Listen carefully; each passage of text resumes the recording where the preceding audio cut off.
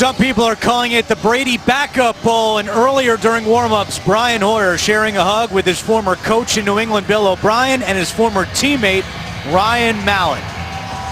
Well, it snowed in Cleveland on Friday, but chance of flurries maybe later on this afternoon. Right now, 34 degrees, wind out of the southwest at 10 miles per hour. Cleveland won the toss, and they have deferred, so Ryan Mallett is about to make his first NFL start. Traded right before the opener from New England to Houston for a conditional 7th-round pick, and he's finally getting his chance. Billy Cundiff will kick it away for the Browns, and back deep is Danielle Manning for the Texans. Underway in Cleveland, Week 11 of the NFL on CBS, and Manning will take a knee. So out comes Ryan Mallett, 26 years old, his first NFL start. He has thrown 4 passes in his career, 1 out of 4 with an interception. And here's his numbers from 2010 in Arkansas. This is his first start since the Sugar Bowl against Ohio State in 2011, if you don't count preseason games. As we told you, Arian Foster out today, so Alfred Blue gets the start at running back. He gets the call on first down, finds a hole up the middle across the 25 and down to the 26-yard line. As we take a look at the Houston offense and Chris Myers in his 10th season out of Miami, Florida. We spoke with him yesterday. He's confident in Mallett, and they're going to need a big day from Alfred Blue. He is the man on the spot. They really like his big physical style of running. He's not Arian Foster, but they're very comfortable with him filling in today. Mallett pump fakes, looking deep for Andre Johnson, and the pass is caught by Johnson. A 28-yard pickup, Mallett to Andre Johnson. And Mallett wants to get the ball snapped quickly so they don't have a chance to review this. Let's see if that ball hit the ground. He's trying to get it snapped quick. And they just showed it on the video board here in Cleveland, and Mike Pettin has thrown the red flag. That was a smart move by Mallett to try to hustle his team to the line, but this one appears to be coming back. That's one of the things we've seen other teams do, and a la New England, coming Ed up and snapping Cleveland it. is challenging the ruling that the pass was complete. Ed Hockley, today's ref, in his 23rd season. Yeah, this is a nice example of home cooking, too. They got the replay up on the big board. Mike Pettin took a good look at it, and that's what he saw, and now it's challenged.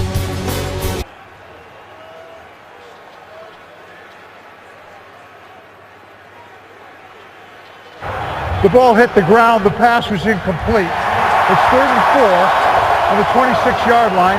Please reset the clock to 14:27. 14:27. Mike Pettin now 2 for 3 on challenges this year. And the incompletion means it's 3rd down and 4. And I'll tell you what, Ryan Mallett's going to want that one back. Andre Johnson was 5 yards behind the defender on the double move on that play. Jonathan Grimes replaces Blue as the 3rd down back for the Texans. 3rd down and 4.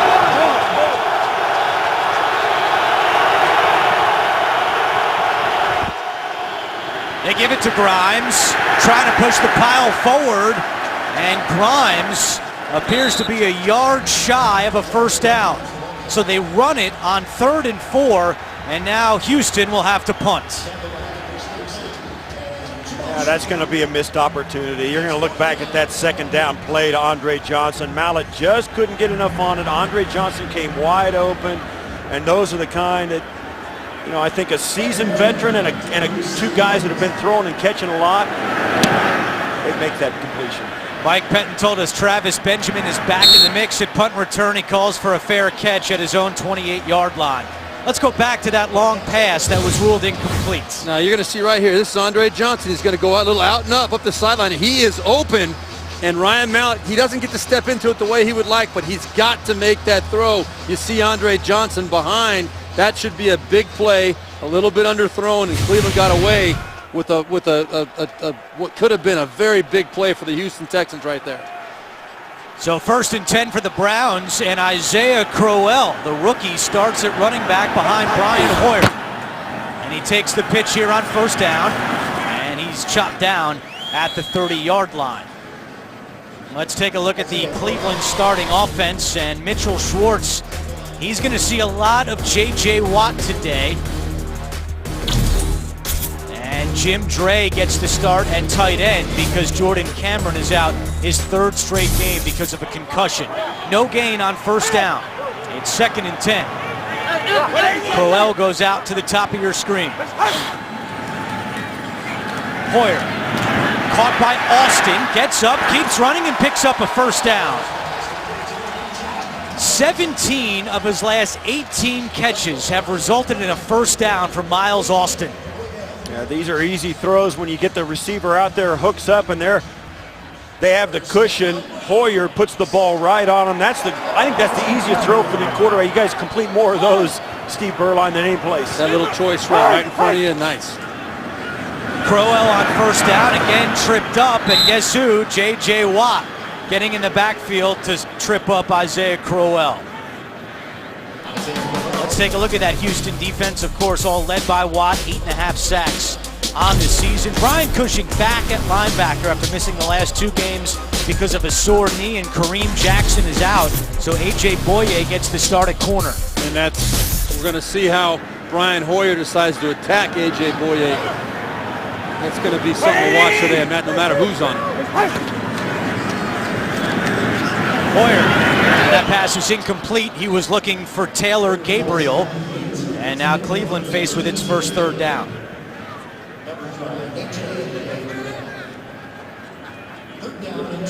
Jadeveon Clowney out there for the Texans. He's only played in 2 games this year and made just 2 tackles, but the bye week last week really helped Clowney. And Bill O'Brien told us he expects Clowney to give him about 30 or 40 plays this week. Could you imagine if they get Jadeveon Clowney going off that edge, accompany J.J. Watt up front?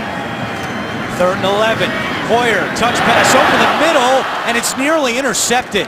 He was trying to find Andrew Hawkins, but instead Cleveland will have to punt. Well, this is going to be a seam route as Hoyer comes down. He's going to try and get Hawkins right there. You see a little hesitation just before he leaves the screen, then tries to get back inside, and that's just overthrown. That's a tough throw, no question. But Hoyer's going to make that. To one of the smallest guys on the field, too, over the middle of the field. That's a tough throw. Well, the Browns receivers are undersized, except for Austin. Their 3 guys that they throw to a lot are very tiny. Spencer Lanning to punt it away for the Browns. Keyshawn Martin at his own 12-yard line calls for a fair catch. So Houston will start this drive backed up deep after a 49-yard punt by Spencer Lanning. Drive number 2 coming up for Ryan Mallett.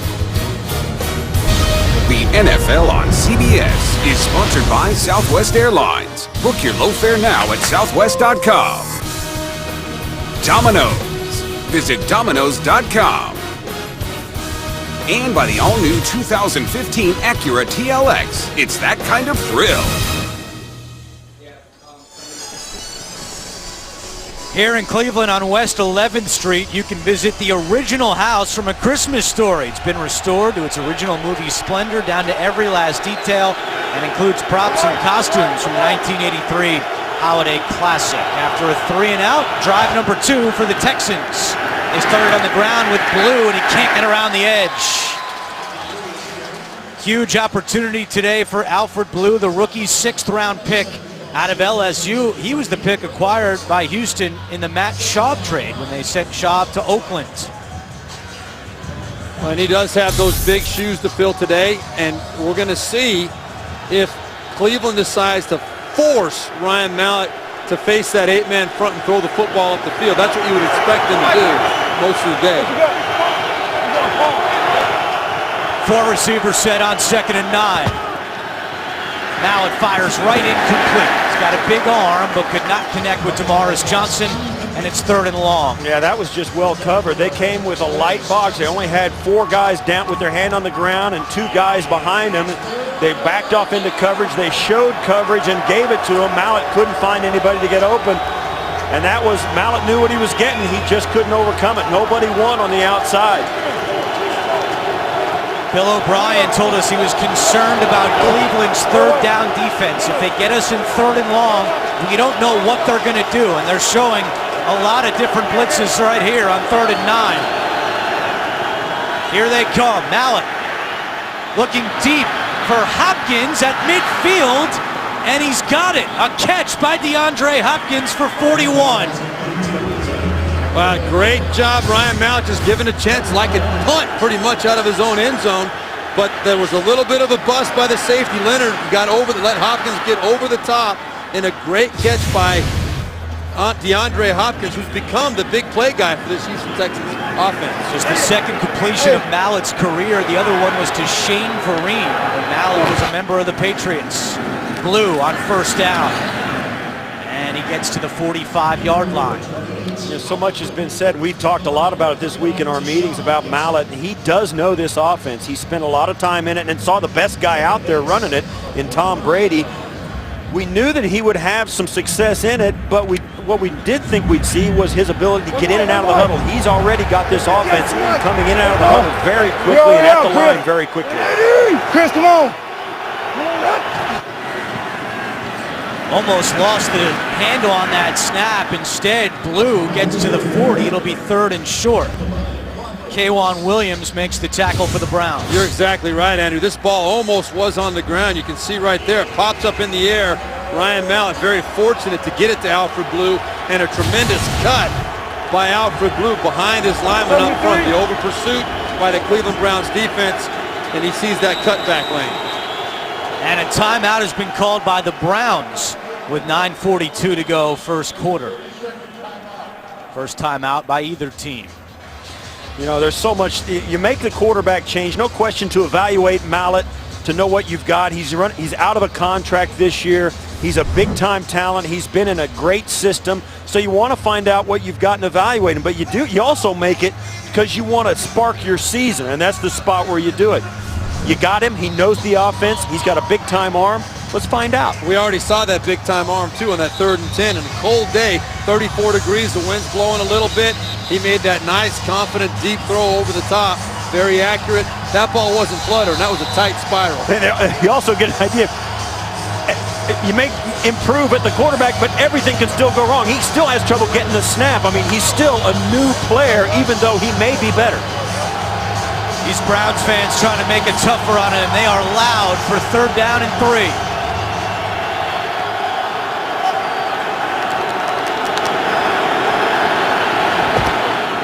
Alfred Blue up the middle, right to the stick, and it looks like he's got a first down. Bill O'Brien indicating that on the Texans sideline. This is the second time we've seen Houston elect to go for a run on 3rd and medium range, 3 to 5 yards. That seems to be the game plan today going into it. I think that, like you mentioned earlier, Stephen, they're going to spread out with that offense with a 3 and 4 wide package. They like the matchups on the inside to pick up that short 3rd down conversion. Texans 2 for 2 on 3rd downs on this drive. This is the 7th play. No score. We approach 9 minutes to go in the first quarter. Blue again runs right past Sheard, and then he's met at the 35-yard line. Well, Houston runs the ball 31 times a game. That's the 3rd most in the NFL. Cleveland tops in the NFL, running the ball 33 times per game. And a little tempo here from the Texans. It's 2nd and 8. Play action. Mallett looking for the home run ball deep to Johnson. End zone, broken up. Great play by K'Wan Williams. Well, this is what Ryan Mallett brings, the hard play action, and he makes these long throws look easy. This is an incredible play by Williams. So, I mean, this ball is thrown, it's going to be right on the money, but he timed it perfectly, got that left arm up over the top, and was able to knock that ball down. That's a big-time play by Williams. Yeah, you can see the confidence, too. Mallett's, he's not going to hold it. He's going to sling it. He has faith in that arm, and why not? Those are great throws he's made. Neither one of them has come through, though. Can the Texans convert a third down opportunity on this drive? Mallett steps up, fires, caught by Johnson at the 19. And there you see the strength of Ryan Mallett's arm. That was a bullet to the veteran Johnson. He steps around. He's not an athlete, but as you see, Steve, how important is it to be able to do this? Wait a minute, he's an athlete. What are you talking about? He's not that mobile. Well, there's another guy in this box that was not a very mobile guy, but I resemble that remark too. athlete. Don't get It was too a heck of carried a away. throw, though. Third down conversion to one of the best ever in Andre Johnson. Yeah, he made that play. That was a really, really good play by that quarterback. Houston in the red zone with 7:55 to go first quarter. Blue trying the right side this time, and he's tackled at the 18-yard line. Well, you alluded to it before, but there's a lot of people that think that Mallett knows this offense better than Ryan Fitzpatrick because of all his time with Bill O'Brien. And Mallett told us that when he got traded right before the opener, he felt good walking into a situation where he already knew the offense. And the biggest key here is that he can run it a little bit faster. And you're seeing that here on this drive. Blue has some room inside the 10 and dragged down at the 5. A late flag comes in, but a big run by Alfred Blue. Will it stand? It looks like DeAndre Hopkins is acting like a guilty party. Oh, no, they're pointing against Cleveland. Personal foul, face mask, defense, number 39. Half the distance to the goal, automatic first down. Penalty is on to Sean Gibson, so it's first and goal for the Texans. A 14-yard run by Alfred Blue.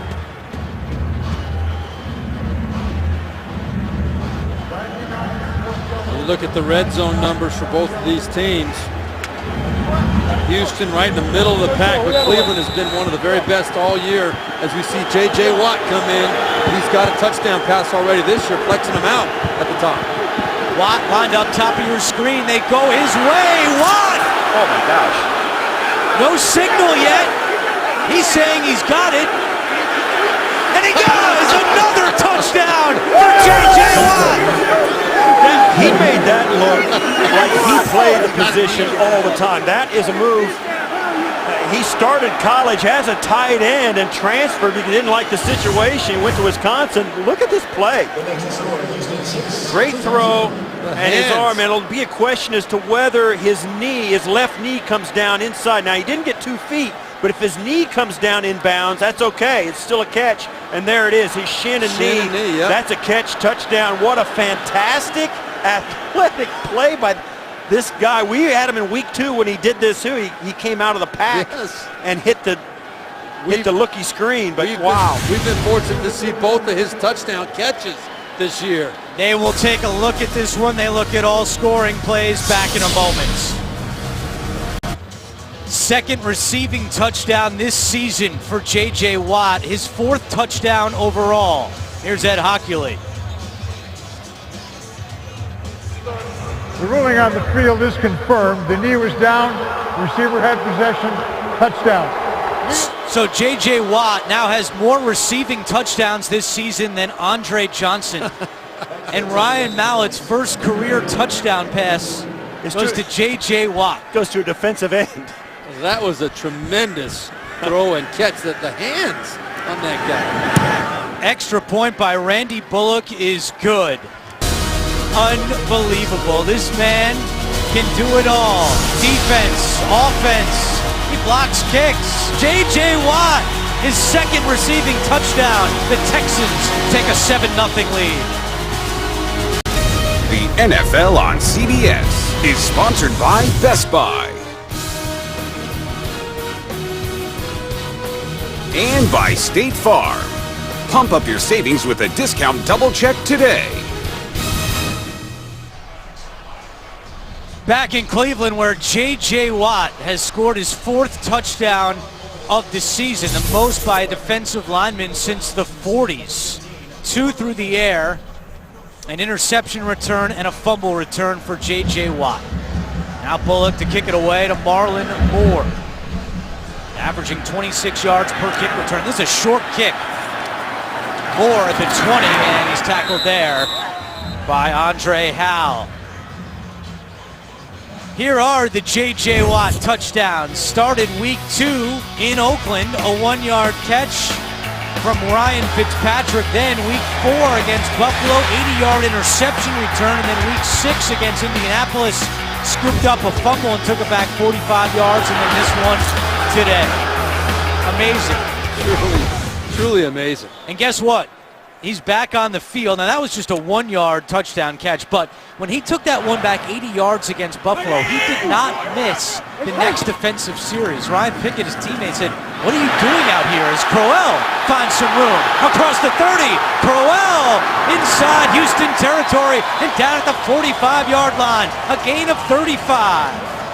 Well, you talked about this running game of the Cleveland Browns. Steve Tasker in the open, and Isaiah Crowell, another one of the young. He's a rookie, free agent out of Alabama State, but he just looks so comfortable out there running the football. This run game fits in perfectly. Kyle Shanahan not afraid to use him. A career-long run. And now it's Hawkins who reels in this first down catch, and another first down for Cleveland. Hawkins did not play against his former team last week in Cincinnati because of a thigh injury, but he has his team-leading 40th catch right here. Yeah, and this is just another little quick play action, and now as they start having success, Cleveland gets right to the line. Hoyer back in Hawkins' direction, and that one is incomplete. A.J. Boye on the coverage for the Texans. You know, Steve, I mentioned earlier, we were talking about the Cleveland Browns have 3 wide receivers, Andrew Hawkins, Travis Benjamin, and Taylor Gabriel. None of them are 5'10", and none of them weigh over 190 pounds. They're very small, but in this day and age of the NFL, that seems to be okay. Because of the rule changes, the way that it's been now, the illegal contact, the protection that they're giving these defensive receivers, you can put a smaller guy out there, and they're going to hold up just fine if they can get the ball to him. And a timeout called for by the Browns. That's their second one this quarter. They only have 1 remaining in the half. There was some confusion there, and that was Crowell starting to go in motion. Now they have Crowell in there. You said he's a rookie free agent, and they'll do some things with him, like they run that little toss pitch where he'll catch it and go up inside, but he's the back that they use the pitch with. And then, of course, with West and Tate, they do some other things. Thursday Night Football now lives on NFL Network. Jamal Charles has the Red Hot Chiefs on a roll as they face rookie Derek Carr and the Raiders. It's Thursday Night Football at 8 p.m. Eastern, live on NFL Network. Andrew, you mentioned earlier the commitment to the run. The Cleveland Browns, they run the ball more percentage-wise than anyone in the NFL, and you're seeing Kyle Shanahan right there. That is his philosophy. He wants to be a 50-50 type of team, committed to the run. They're going to run the ball no matter what. And then they come with a hard play action off of it where they get their big plays. They ran it 52 times last week against the Bengals. Pump fake. Hoyer to a wide open Dre. First down for the Browns. 11th catch of the season for Jim Dre. It goes for 16 yards. Well, this is exactly what we spoke about. And they come off with the play action. It works just fine. Watch as Dre comes out. Wasn't a play action, just a straight drop back, but Dre comes out and makes the catch. Terrence West on the carry inside the 15. Brian Cushing makes the tackle for the Texans. This is the tempo that Cleveland and Kyle Shanahan likes to run its offense.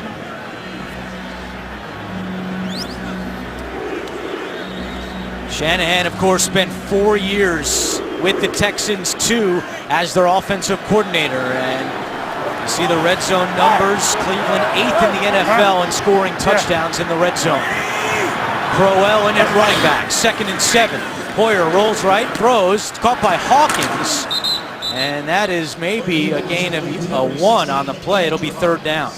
Yeah, that was the classic sprint right option play made famous in the West Coast offense. It's designed for man-to-man coverage. You're trying to get a little pick action. They can't use the word pick, but try to get a little pick action and get that guy clean in the flat.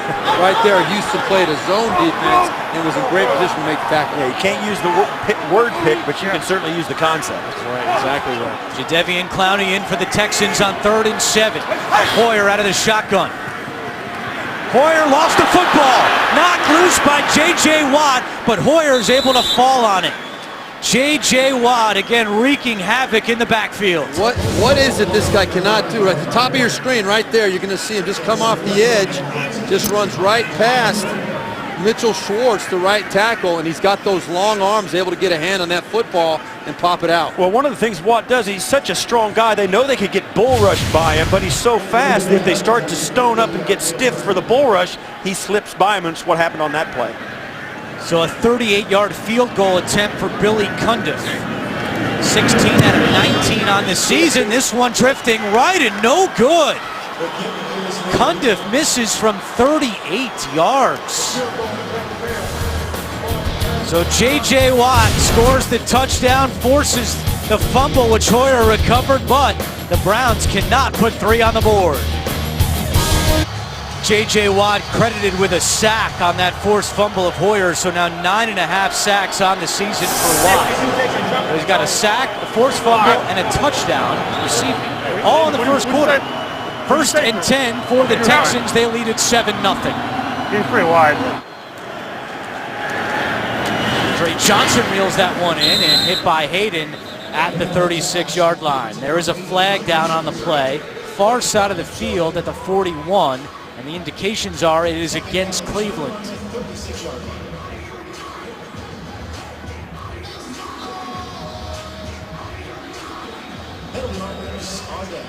Now this is a Cleveland team that has this year started out slow in several games, been down in the first half, but they've always found a way to come back.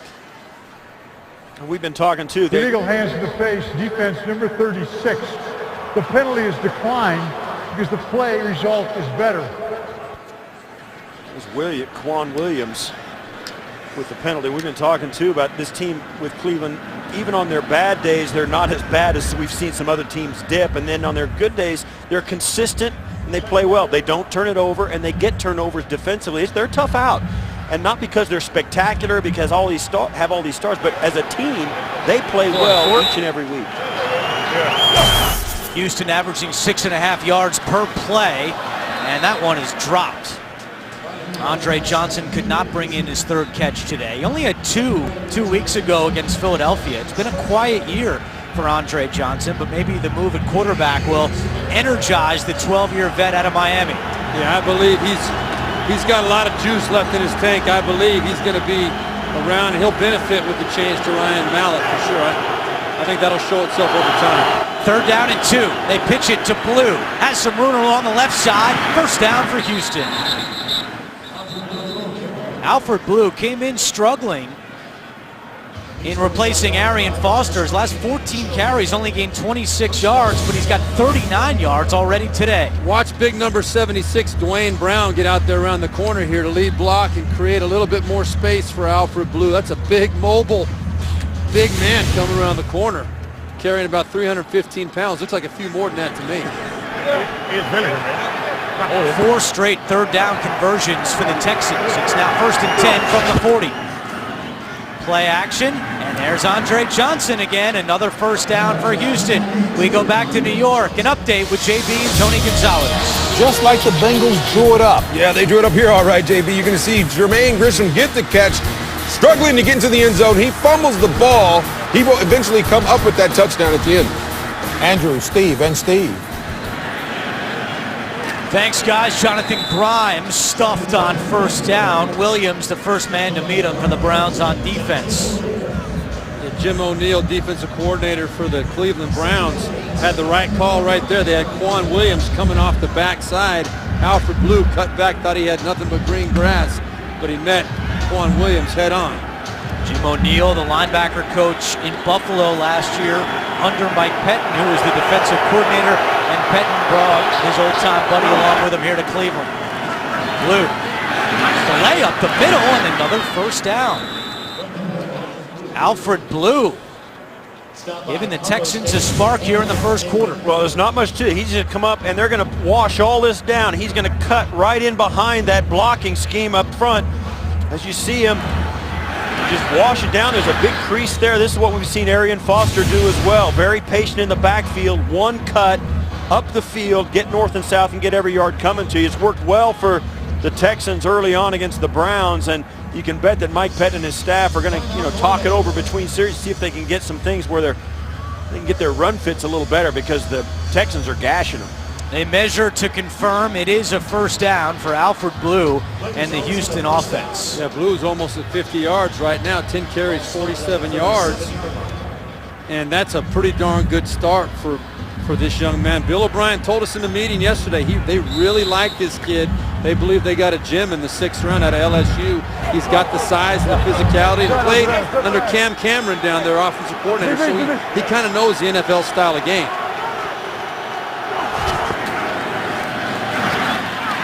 Blue again trying to get to the outside, and Joe Hayden comes up to make that tackle for the Browns. And you know what this drive has done in this first quarter? It's really taken the crowd out of it a bit here in Cleveland. Yeah, it's the second drive they've had like that. The first scoring drive was on a short field after the punt, and they put it all the way down inside into the end zone. And now this time, just methodically, nothing takes the air out of a home crowd like the opponents being able to run the football and get first down after first down. This place is quiet. Mallett slings it right to Andre Johnson. And that one is to be a yard shy of a first down, but Andre Johnson very involved early on for the Texans. Well, we're seeing this arm of Ryan Mallett. The ball comes out of there like it's shot out of a cannon. You're going to get a good shot of it here. The way that ball, he just sets up and wham! That ball is on a line to the outside. There aren't many guys that can sling it any better than that as far as strength of the arm. Texans hustle to the line on 3rd and 1. Mallett looking deep for Hopkins into the end zone, and it is intercepted. What a play by Joe Hayden. His first interception of the season, and his first since December of last year. You could see him tracking it. Joe Hayden, who's got great ball skills. Mallett thought he had that deep crossing route again. Watch Hayden track the ball, tip it to himself. Fantastic play by one of the great corners in the NFL. Now these are the three players involved: Buster Screen, Joe Hayden, and DeAndre Hopkins. And this play is going to take off. Screen on the top is going to do it, and Mallett's got to throw this all the way out. They're going to try and get it to the far side. Second time we've seen this concept from Houston. They obviously think they can make that throw with Mallett, but they haven't completed it yet. Two great plays by Cleveland, but if that ball's a little bit more toward the front pylon, I think they might have made that catch. Crowell on first down, puts his head down and picks up 8 yards. So 14th career interception for Joe Hayden, his first of the season. Cleveland with 14 picks now on the year, tied for second in the NFL. 10 seconds to go in the first quarter. Hoyer, play action. Looking deep for Benjamin, makes the catch at the 50, right in front of A.J. Boye, and that is how the first quarter will come to an end. Texans lead at 7-0. We're back after these messages. You're watching the NFL on CBS. NFL Salute to Service continues this weekend in honor of Veterans Day. For every point scored during the NFL's 32 Salute to Service games, the league will donate $100 to each of its nonprofit partners, the Pat Tillman Foundation, USO, and Wounded Warrior Project. To join the salute and learn more, visit NFL.com/salute. The Browns start the second quarter on the ground with Terrence West.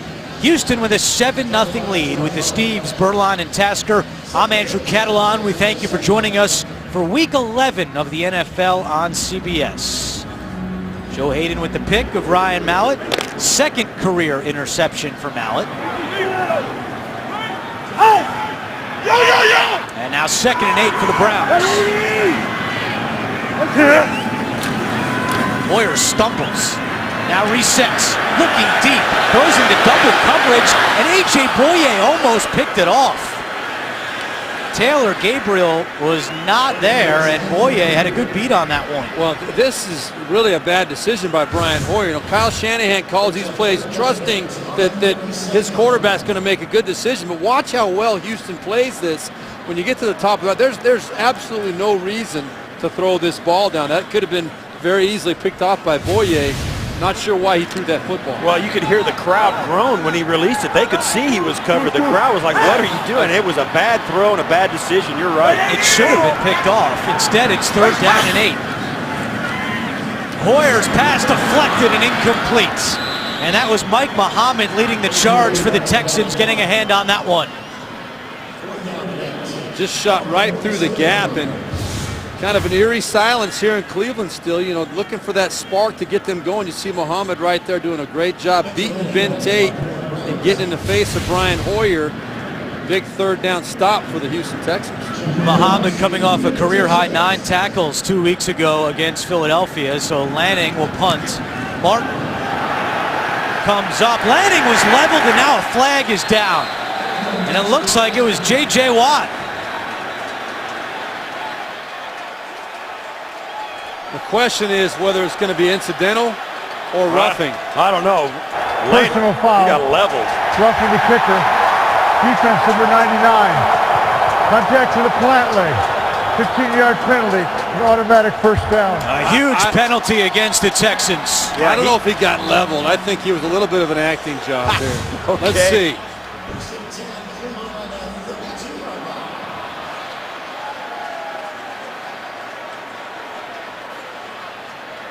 That's tough. That's a tough He can't call. do that. Yeah, okay, he's not leveled. I think it's... But that's a personal that's foul. incidental. Is it a personal foul? Yeah, that's a personal Jeez. foul. You got... All right. And that's the first bad play I've seen Boy, J.J. Watt make in 2 years. Everybody's getting overprotected these days. I mean, that to me looked incidental. So Watt now will be on the sideline for this one. Catches breath. 1st and 10 for the Browns at the 32. Crowell tackled at the 30. Gain of 2. So a second chance here on this drive for Cleveland after the penalty. Hoyer is yet to complete consecutive passes. He's 5 out of 10 for 63 yards.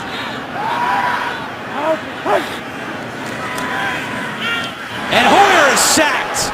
Flying through is Akeem Dent for his first sack of the year. That was going to be a double move. Watch, Hoyer's going to come back, pump fake, and then sit back again. And then right then, Dent is there. That was going to be a long developing pass route, and Hoyer just didn't have a chance to make the second throw. You know what it is, Steve, too? That was a 3-step drop, which traditionally the linemen are blocking that ball to come out quick, but when you put the double move on a 3-step drop, the quarterback holds the ball a little bit longer than he normally does, and so those linemen don't adjust for that extra second that you're holding that ball. Brian Hoyer paid the price because of that. Cleveland 0 for 3 on third downs. It's 3rd and 15. Hoyer on the move, throws, and it's incomplete. In the direction of Miles Austin, and now it's 4th down. The Browns 0 for 4 on third down thus far in the day. Cannot stay on the football field. And Hoyer is feeling the pressure in the pocket. He had to move out of the pocket on that one. They're really struggling offensively here. They don't seem like they're hitting on all cylinders. And give credit to the Houston defense for that. This would be a 54-yard field goal. Keep in mind, Cundiff already missed from 38. So Mike Pettin has sent out Spencer Lanning to punt it away. Keyshawn Martin back at his own 8-yard line. Lanning did throw a touchdown pass last year on a fake field goal. And now there's a flag back next to Martin, and a delay of game they're going to take. Delay of game, offense, 5-yard penalty. Take Still the extra 4th down. 5 yards. Guys, should be noted, the Browns have run the ball 7 times today. Not one of those carries by the former Texan Ben Tate. It's been 5 carries for Crowell, 2 for West. Now we know the Browns split up carries, but it appears that at least today, Tate is the 3rd option.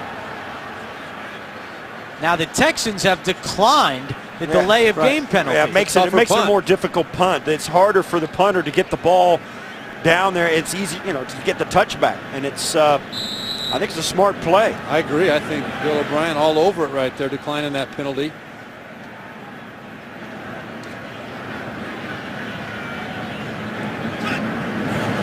High snap.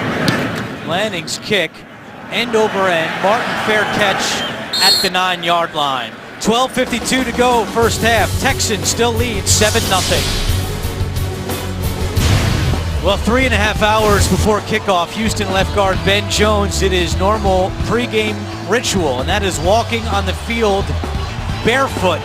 Temperature was 34 degrees this morning, and we spoke with Senator Chris Myers yesterday, and he said, I really wonder if he's going to do it in the cold. Usually we're in Houston, it's warm, no big deal. Well, Jones did it, his normal pregame ritual, and so far The Texans with a 7-0 lead running behind Jones thanks to Alfred Blue, who's now got 50 yards rushing. I don't think we give Jones credit for doing his normal ritual. You guys know, Myers described it to both of us, all of us. He usually walks from one end of the field to the next. No, I think he was looking at it, thinking about it. He said, there ain't no way I'm walking 100 yards and 100 back in this 34-degree weather. We'll give him half credit. Oh, it is cold. Oh, yeah. It's also a long walk for an offensive lineman. Mallett play action. Fires, and it's incomplete. Now, Tashawn Gibson had a look at that one. That would have been his 7th interception of the season. It's one of the things about Mallett that we don't know about. How accurate can he be? And you see this is below and behind him. He's got to be accurate and get that ball out in front. And that's one of the things that's still questions that Bill O'Brien and his staff want to know about this guy. Can he be accurate under pressure? 3rd down and 6. Here comes the crowd again in Cleveland.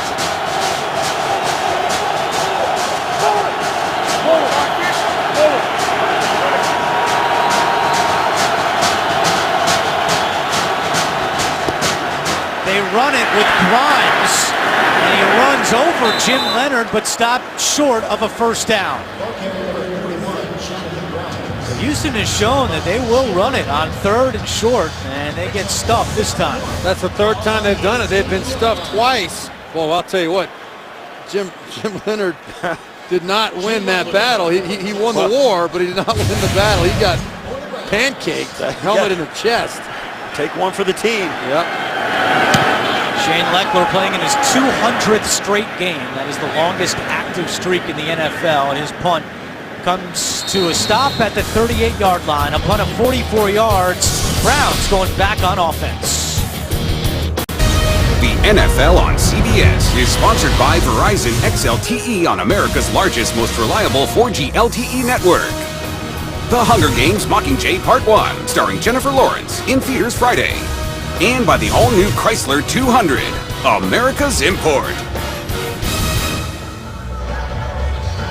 Patriots playing later tonight, so Tom Brady said he would be watching this one. His former teammates Brian Hoyer and Ryan Mallett going against each other, and of course Bill O'Brien, his offensive coordinator in 2011, now the head coach in Houston.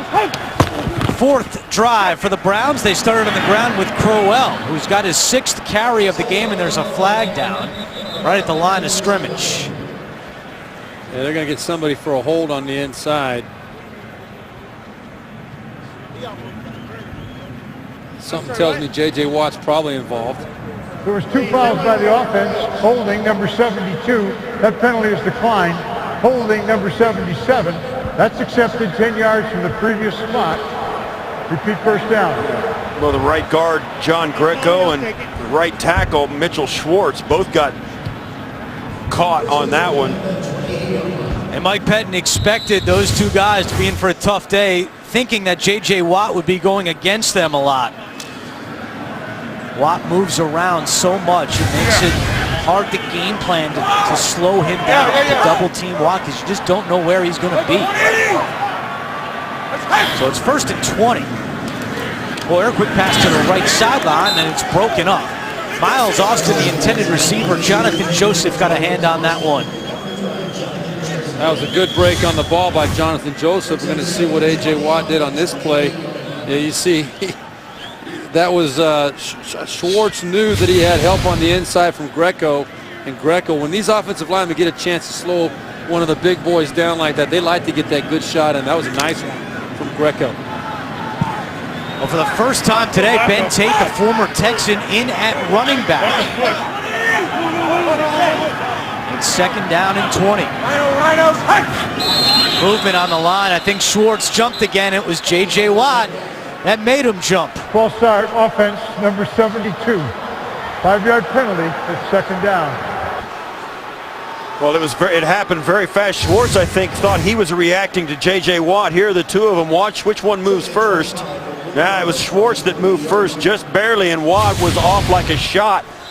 And that's why the play was stopped. If it's a defender, they won't stop that play. They'll let it go and give the offense a free play unless a guy like Watt or somebody's running free to the quarterback. Then they may stop it. So the Browns going backwards here. 2nd and 25. Again, Tate in at running back. Hoyer fires, incomplete. Gabriel could not hold on to it, and Jonathan Joseph leveled him. That's two really nice breaks on the ball today by Jonathan Joseph right there. He may be primed for a double move, but on this one you see he's anticipating that route. The ball was already out of Gabriel's hands, but still a nice play break. That would have been a catch and a hit. Automatically would have been about a 5-yard pickup, but nice break on the ball by Joseph. 5 straight incompletions for Hoyer, and they're just going to run this one on 3rd and long. It's Ben Tate, the former Texan. Not much to it. Big showing by this Texans defense so far in the first half. They have really stepped up to it. Now I think in the last 4 games in the 1-4 stretch they just came off where they made this change at quarterback, one of the things that did change was the defense didn't play as well as it had in those first games of the season when they were winning. And then the defense now today showing back up, looking very good here in Cleveland. A 3-yard loss for Ben Tate. And now 4th and 28. 3rd punt already today for Lanning. And he gets run into again by J.J. Watt. And another flag is down. Watt can't believe it. But once again, he makes contact with Lanning. Personal foul. Roughing the kicker. Defense number 99. 15-yard penalty. First down. You know, you love the effort, and it's hard to say anything bad about J.J. Watt. One time, you can say, okay, good effort. 2 times, that's just a very bad decision by J.J. Watt. Not a good play. All right, bro. You think that's a personal foul? The first one you were a poo-poo in the penalty. That was a little bit more of a foul. Thank you. Give him that one. All right. So he wanted to say this is a personal foul. The first one wasn't. You got to be smarter than that if you're that's J.J. Watt. That's a bad play. Exactly. 4th That's a bad and 28. You just can't do that on special teams at that point. You're backed up in your own end zone. Now Hoyer looking for Gabriel. He's got it into Houston territory. A 23-yard gain. That's one of those hidden yardage things that doesn't show up in the stat book. That's about a 50 to 60-yard difference. That penalty cost Houston 60 yards and the ball. Unbelievable. Hoyer, great throw by Hoyer. Hustles the team to the line, hands off to Crowell on 1st down, finds a little bit of a hole, and dives forward to the 35-yard line. Jonathan Joseph makes the tackle. Well, momentum is a fickle thing. One play by J.J. Watt, the bad play on the punter, and all of a sudden 2 plays later, the Browns are deep in Texan territory and going in. Crowell has been the #1 back today for the Browns, gets the call again, and he's tackled right at the sticks. No signal yet.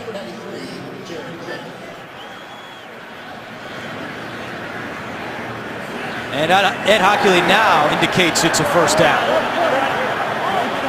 9-10 and counting to go first half. Mike Pettine's team trying to get on the board here.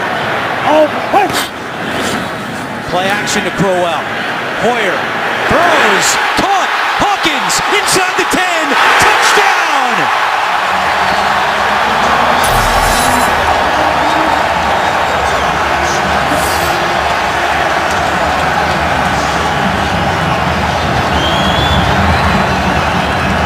Well, we saw 2 great play action passes in this drive. The first one to get out of their own end zone into the field after the J.J. Watt penalty.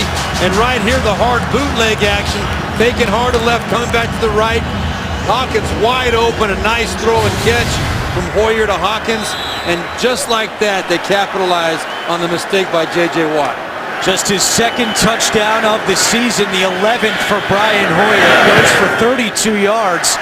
Cundiff's extra point, not pretty, but it's good. It all started with that penalty against J.J. Watt, his 2nd roughing the kicker of the day. The momentum turned, and Hawkins ties it up at 7.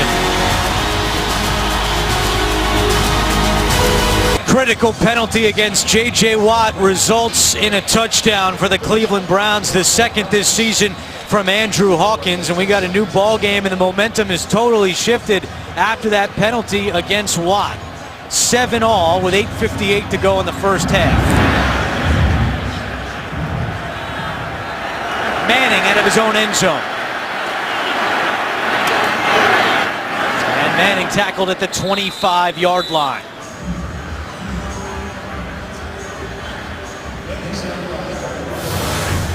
Well, J.J. Watt playing with the crowd a little bit. You know the Cleveland fans giving it to him, and he says, all right, bring it on.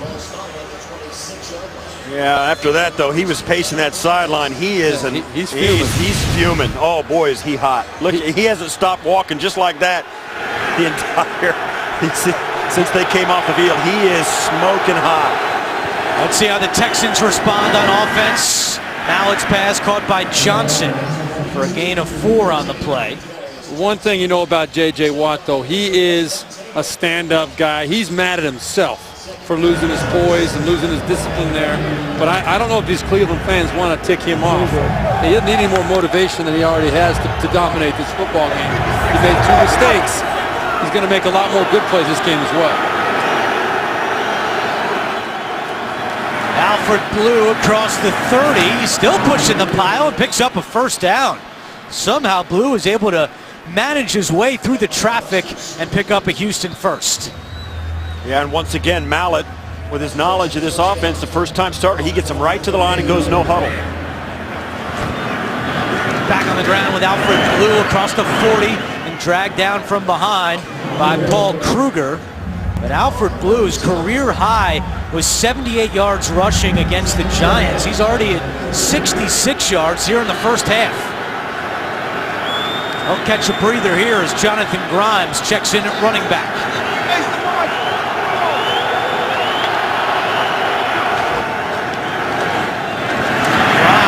Spinning his way to the 47-yard line. That'll be a yard short of a first down. Kruger with another tackle. Well, Chris Myers, we see a player hurt on the field right now. But Chris Myers, center for Houston, told us that Ryan Mallett likes to go at the up-tempo. We're seeing the benefit of that right now. That's Carlos Dansby, who slowly limps off the field, the 11th-year linebacker out of Auburn. I think one of the most innovative things is Dansby walks off and they'll miss him, Will Cleveland, if he can't get back in. But one of the most innovative things that most teams have started to adopt is that when you start having offensive success, you pick up the pace. Most teams will do it, and I think it's one of the most helpful things as an offense. If you've got a defense on their heels, don't take your foot off the gas. Go as fast as you can at the line because it really snowballs very quickly. And Ryan Mallett, although this is his first start, we've made it clear he is very comfortable in this offense. 3rd down and 1. High snap, gets behind Mallett. Ball is loose, and Blue falls on it. That was a terrible snap by Chris Myers, and now Houston will have to punt. I think Chris Myers thought he was under center. That ball went right up high behind him. I think he thought Mallett was right. See, he snapped it to Mallett's hands under his behind. He thought he was under center. And people say, how can that happen? Can't you feel the hands? Well, that's a lot of man down there, and with the pads and everything else, a lot of times you can't really feel that hand. He thought Mallett was under center. A loss of 20 on the play, so Leckler boots it away to Benjamin, calls for a fair catch, now lets it bounce. Takes a bit of a Texans hop down to the 27-yard line. J.J. Watt has been pacing this whole time. He's coming back on the field when we come back. The NFL on CBS is sponsored by Walmart, where you'll find unbeatable prices on this year's top gifts. And by Geico. 15 minutes could save you 15% or more on car insurance.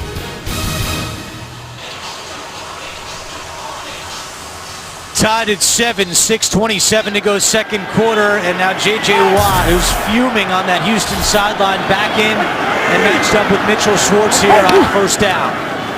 Hoyer trips on the play action, gets up, nobody touched him.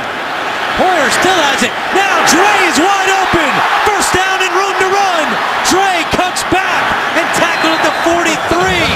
Hoyer fell down. Nobody touched him, and he completes a pass for 30 yards. Incredible play design by Kyle Shanahan on that play. Fall down in the backfield. Everybody loses sight of you. Then look to your left, and then come back to the right. There'll be nobody out there. Dre's going to be wide open. It'll be a huge play for us. Clowney busts that one up. Jadeveon Clowney racing into the backfield. Playing in just his 3rd game this season, the #1 overall pick. And Bill O'Brien told us yesterday, Clowney's had an amazing week of practice, and he showed why right there. Great speed, a loss of 1, 2nd and 11. Hoyer back to the air, incomplete. And now 3rd down and 11. That was tremendous presence by Brian Hoyer, though, to not panic in that situation. Back there, a lot of quarterbacks would get really antsy. He kept his composure, knew he wasn't under pressure, and then they come up with a big play. Hey, listen, that play action buys a lot of time. It's a hard does. play action. That defense, they have to sell out to stop that run. It's too important not to, and you can see the results of it right there, even in the mistake to get that play off. Cleveland's 31st in the league on 3rd down conversions, and they're 0 for 5 today. 3rd and 11, Hoyer, pump fakes, now running right, on the move, throws it, and it's complete to Gabriel, and he's got the 1st down. Great move by Gabriel after the catch, and the Browns convert their first 3rd down of the day. And a nice job by Brian Hoyer extending the play here. Didn't see what he wanted to the left side. Again, keeping his composure. He's not a runner by any stretch of the imagination, but he is good at extending plays and buying time. Delivered a look at Schwartz. Was that Schwartz? That's Joe Thomas yeah. Getting the best of J.J. Watt on that one. A couple of Wisconsin boys going head-to-head, although they did not play together at Wisconsin. 1st and 10. Inside 5 minutes to go in the 2nd quarter. They pitch it to West, has some room around that left side. West to the 25 and forced out by Cushing. Nice block by the fullback Ray Agnew, who was just brought back to the team this week. Did you notice after that play, after J.J. Watt got handled by Joe Thomas there, he decided to move back to the other side. He said, I like it better on the other side. Yeah. West again up the middle. And he gets to the 20-yard line. Depending on the spot, it'll be very close to a 1st down. Keep in mind, the Browns used 2 timeouts in the 1st quarter, so they only have 1 remaining here in the 1st half. And it's just going to be short, 3rd down and 1.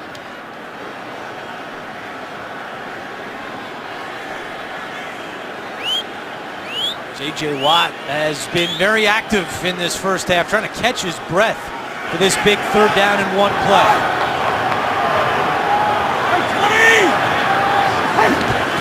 Hoyer himself on the keeper, and he's got the 1st down. So Cleveland keeps the drive alive with less than 3.5 minutes to go. And they won't huddle up either. They're going to step right to the line and go with some pace. That's a great move. As you see there, 99 straight red zone drives without a giveaway. Cleveland doesn't turn it over much, and they really don't turn it over when it counts. Down to the red zone. +9 turnover margin this year. Crowell lost the ball on cue. A red zone giveaway, and J.J. Watt recovers. Wow. Should I blame me for that? Can't blame, right after. Yes, right after Jinx. Yes, it is my fault, isn't it? I think I give a little credit to Oh, J.J. my Watt. I gosh. think he pops the ball out too. No, that was that Cushing that popped That it was out. Cushing that forced the fumble. Watt recovered. First time the Browns have given it away in their last 100 trips in the red zone. Wow. On cue, man. That On was cue. great. I can't believe that. You're going to need a police escort leaving Cleveland today, Tasker. Not going to be happy that you talked about that graphic. Is Johnson here for the Texans? K'Wan Williams makes the tackle. Now Houston with 3 timeouts remaining. Let's see how Ryan Mallett executes this offense for the Texans. Yeah, this is big time up tempo, as fast as we've seen all year. A lot of momentum swings in this 1st half as Blue gets across the 30 and tackled by Kirksey at the 32. And it's going to be just shy of a 1st down. Yeah, that's a good point, because we did Philly early in the season. Both these teams, I mean, they make this game, this is as fast a pace a game as you will ever see by 2 offenses. They're really snapping the football. Even when they huddle as they are here, they come out, snap it, and if they get any progress, man, they're going no huddle. Both sides. It's been a real fast game. 3rd down and 1. Mallett himself pushing the pile, and he's got the 1st down. Injury note for the Browns. Carlos Dansby has a left knee injury. His return is questionable. 2-minute warning in Cleveland. We're tied at 7. It's the NFL on CBS. Thursday on CBS, can Sherlock Holmes outsmart a computer? Don't miss a new Elementary this Thursday at 10/9 Central, only CBS. 3 timeouts left for the Texans, game tied at 7. Mallett out of the shotgun on 1st and 10. Hands off to Blue. Up the middle, has some room. Alfred Blue with a first down run for the Texans. Alfred Blue, in the absence of Arian Foster, has done a great job in this first half for Houston. And Blue has just set a new career high in rushing yards. He's got 16 carries for 80 yards. He's out on this play. Grimes next to Mallett on 1st and 10. They give it to Grimes. Back-to-back runs. Desmond Bryant helped leading the surge for the Browns defense, and Ryan Mallett calls a timeout. Ryan Mallett, 7 out of 13 passing, 1 touchdown, 1 interception, but he's gotten a nice boost from Alfred Blue, who's rushed for 80 yards. Following the timeout, 2nd down and 7. Texans have 2 timeouts remaining. It's Grimes across the 50 and down at the 48-yard line. It'll be 2 yards short of a first down. Now, Bill O'Brien electing to stay very conservative here. Well, he can do that with the timeouts they have left. He can stop it whenever he wants. He just took one. Ryan Mallett just called another timeout. So 1 remaining for Houston with 1:06 on the clock. Coming up in the Verizon Halftime Report, join JB, Tony, Bart, Boomer, and Coach Cower for all the latest NFL scores and highlights, as well as a preview of Thursday Night Football on NFL Network that's coming up on the Verizon Halftime Report. Why do you think they've been a little conservative here in the 2-minute offense? I understand trying to pop a run in that situation, but they let about 10 or 12 seconds run off after that last play before they called a timeout. That's what I don't understand. Randy Bullock's career long is 55 yards. 3rd down and 2. Mallett throws to Johnson, and it's caught for a first, but there's a flag down back at the line of scrimmage. It's like we're going to have a hold against Houston.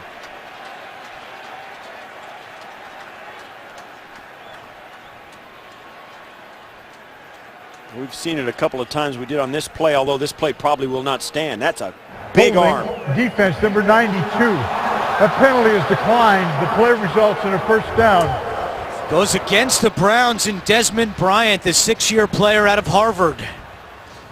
You don't see a lot of holding calls on defensive linemen. Yeah. What that tells me, they're probably running a stunt, trying to free up somebody to come through a gap. He probably grabbed onto one of those offensive linemen and pulled him out of the way. So it's the 5th catch of the day for Andre Johnson. Mallett has time, throws, and that pass is caught. Another flag is down. Garrett Graham, the tight end, reels it in. Well, let's see what the flag is. It was in the area of Buster Screen, middle of the field.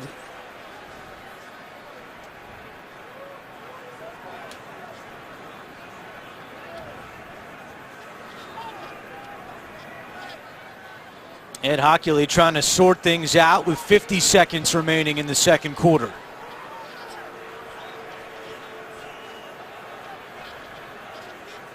Illegal contact, defense number 53. 5-yard penalty from the previous spot and an automatic first down. Another call against the Browns, this one on Craig Robertson. Don't forget, Verizon Halftime Report coming up. Join JB, Tony, Bart, Boomer, and Coach Cower for all the latest NFL scores and highlights, as well as a preview of Thursday Night Football. That's the Verizon Halftime Report coming up. 1 timeout left for Houston, 50 seconds on the clock. It's 1st and 10. Mallett fires over the middle, caught. Another first down. He goes right back to Garrett Graham, his tight end. A 14-yard gain for Graham. Really impressed with how Ryan Mallett is orchestrating these guys to get lined up and in position for the play. 30 seconds to go. 3 receivers set. Mallett, and that one's caught by Graham at the 5. Still going. end zone, touchdown! 3 straight completions to the tight end, Garrett Graham, and he's got his first touchdown of the season. It's hard. You'd be hard-pressed to have a quarterback look better than Ryan Mallett did on that 2-minute drive. Yeah, the last 3 plays, as you said, Andrew, that referee, you see that referee got in the way of that ball being deflected. I think the referee's pick right there made a difference on that ball getting through to Graham. The official tried to dodge the football and got in the way of the defender knocking it down. On that drive, Mallett was 3 for 3 for 43 yards and a touchdown. All 3 completions to the tight end, Garrett Graham. Now, Houston coming in only had 16 completions the entire season to its tight ends, tied for the fewest in the NFL with Atlanta. Of course, no Owen Daniels this year. He's with Baltimore, but Mallett goes to the well 3 times to Graham, and Houston regains the lead. Watch the official. As Mallett's thrown right into your screen, watch the official pop right there, and he's right there. Craig Robertson was trying to get over there to knock that down, and he couldn't get there. There's no doubt this affected the play. Right He's here. breaking on the ball, and that ref is standing, and he can't get that extra step. You can see him looking at the ref saying, "What the heck? What are you doing?" That's a pick, man." And the official. You can't pick me. Now the officials are not part of the. They're part of the field. Part of the field. Yeah, they're just like a piece of grass or a pylon or a goalpost. And Houston very fortunate there. I mean, that ball definitely would have been tipped, in my opinion. Could have been even worse than that because. Well, yeah, once it gets there, once it tips up in place. the air in the secondary, it's usually a defender that catches it. Well, you talk about a 2-minute drive, what you try to accomplish. I mean, Ryan Mallett just knocked that one out of the park. Touchdown leading drive, leading the Browns with little time on the clock as Marlon Moore gets out to the 27-yard line with 18 seconds to go. Week 11 continues later today on Fox, then tonight with Sunday Night Football on NBC. And tune in tomorrow for Monday Night Football on ESPN. You're 100% right, though, Andrew. You talk about the poise and the presence, and we've been talking about it all game, about his familiarity, Mallett, with this offense. You know, Ryan Fitzpatrick, 9 years in the league, but Mallett is more comfortable maybe in this system than Ryan Fitzpatrick. Browns with just 1 timeout, so they'll take a knee, and they do get the ball to start the second half. Ryan Mallett's first NFL start. He's 10 out of 16, 133 yards and 2 touchdowns, and the Texans lead the Browns 14-7. We'll be back with the Verizon halftime report after this message and a word from your local station. You are watching the NFL on CBS. I was born this way. I got lightning running through my veins. Ain't nobody gonna stop this train. So hop on board or get out the way. 'Cause I was born this way. I got lightning running through my veins. Ain't nobody gonna stop this train. You can't stop. Start of the second half in Cleveland, and the Texans have a 14-7 lead on the Browns. Back in the booth with the Steves, Berline and Tasker. I'm Andrew Catalan. A lot of the hype coming into this game, the matchup at quarterback between Ryan Mallett and Brian Hoyer, 2 former backups of Tom Brady. But guess who? J.J. Watt stole the show in that first half. He was everywhere, offensively, defensively, and special teams. He is one of those guys that is always going to find a way to make an impact. Sometimes not so good there with the big penalty, but he comes back and makes up for the drive later with the fumble recovery. He was a little bit frustrated there in the first half. He's made his impact, both good and bad, in this ball game. He's going to be a big part of it. Yeah, and he had the sack as well, and Ryan Mallett really has shown off the strength of his arm. We saw early some deep, long, hard throws that they were asking him to make that really they hadn't shown all year because Ryan Fitzpatrick couldn't make those throws, so they aired it out with Mallett a couple times. Not too successful, but at least they made a statement. There you see the numbers of these two guys. Hoyer really came alive on that drive after the second J.J. Watt penalty, and when he led him down the field with the 2 big throws, the play-action throws that led to the touchdown by Andrew Hawkins. And They needed that touchdown. They needed to respond in some way, shape, or form because really the Houston Texans did dominate most of that first half. The Browns will start with the ball in the second half, and we're underway. Marlon Moore will watch this one bounce. It's a touchback. Cleveland will start at the 20.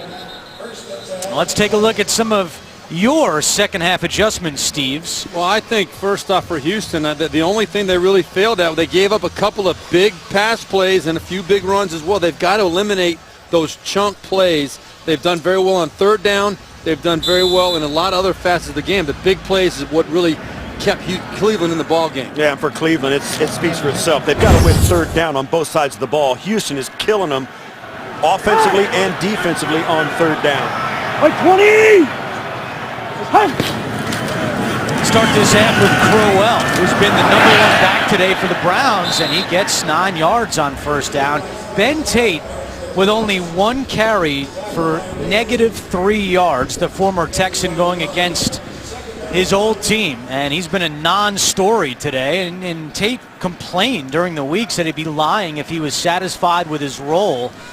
Well, he's not going to like his role today either, as Crowell gets another carry, and he's got the 30-yard line, so that's going to be very close. Meanwhile, injury update for the Browns. Carlos Dansby will not return because of a left knee injury, so the Cleveland linebacker is out the rest of the day. Crowell's run good for a first down.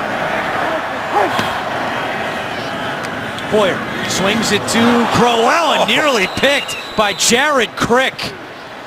The third-year defensive end out of Nebraska got both hands on this one. J.J. Watt-esque right here. Jared Crick almost pulls in the nice over-the-shoulder catch. We all assumed automatically it probably was J.J. Watt, but Crick showing his athletic ability as well. Crowell, flea flicker back to Hoyer, taking a shot deep for Benjamin. Incomplete, and Hoyer got leveled. It was Brian Cushing who drilled Hoyer on the flea flicker. Well, Cleveland had a chance. If they could have slowed down Brian Cushing, and he literally destroyed Brian Hoyer on this play. Watch 56 shoot the gap right through there. He absolutely destroys him. That, believe me, folks, that hurts more than you could ever possibly imagine to step into a throw like that, and that's what kept Hoyer from getting that ball out there. That would have been a touchdown. So it's third down and 10. Cushing to the sideline. Clowney is in for the Texans. Hoyer again looking deep for Gabriel, and that one is incomplete. Nothing doing. Jonathan Joseph stride for stride with Gabriel, and Cleveland will have to punt. Yeah, and the first third down of the second half is much like the third downs in the first half. Cleveland cannot find a way to stay on the field. On a 3rd and 10, your odds are going to be low, but even though the Cleveland running game has been pretty good, they threw the ball on 3 straight downs there after they got that first down with Crowell, then couldn't stay on the field. Lanning with a spiraling punt. Martin at his own 25. Gets away from Robertson. Martin trying to switch sides of the field. Holds on to the football and tackled at the 27. So a defensive stand by the Texans. Their offense coming back out after this. First half possessions for the Texans, only 2 3-and-outs, and that last drive by Mallett, 9 plays, 78 yards right before the half, resulted in a touchdown to Garrett Graham. 14-7, the Texans lead the Browns. Just underway here in the second half. Mallett to the air on first down, caught by Keyshawn Martin. Can't get away from Williams, but a gain of 6 on the play. Well, we saw a lot of Ryan Mallett in the first half. What he brings to the table, a couple of nice opportunities up the field, great plays by Cleveland to eliminate those from being big plays, but Mallett looked very impressive, very in control that first half. 10th different starting quarterback in Texans history. He goes back to the air to Johnson, and he's wrestled down by Whitner at the 38-yard line, but that is good for a Texans first down. And the pace of play by this Houston offense, I think it's a big factor in this game. Have not let the Cleveland Browns catch their breath. When they have success, they put their foot on the gas. Again, no Dansby for the Browns. It's Kirksey in there taking his spot as the Texans keep it on the ground on first down. We go back to New York, JB and Tony Gonzalez. A Cincy score. The Cincy's gear off the bootleg. Andy Dalton's going to hit Jermaine Grisham. That's his second touchdown of the game. And right here, you're going to see on the celebration, Jermaine Grisham tries to give the ball to a Cincinnati fan. The Saints fan comes out of nowhere, intercepts the ball. That's not very nice, guys. I don't know. No class. You're being delicate. I would be a lot stronger on that one. Back to Andrew Catalan. And the Texans host the Bengals next week. As you see the standings in the AFC North, every team at least 2 games above 500. Blue to the 45, lowers his shoulder, and a late flag comes in. Sheard mixing it up with Dwayne Brown. Little extracurricular there between the two, Brown and Sheard. A flag came out just before they started to re-engage after separating after the play. They were going at it while the play was still active, and then the flag came out, and then they re-engaged and started pushing and shoving. So the flag was earlier.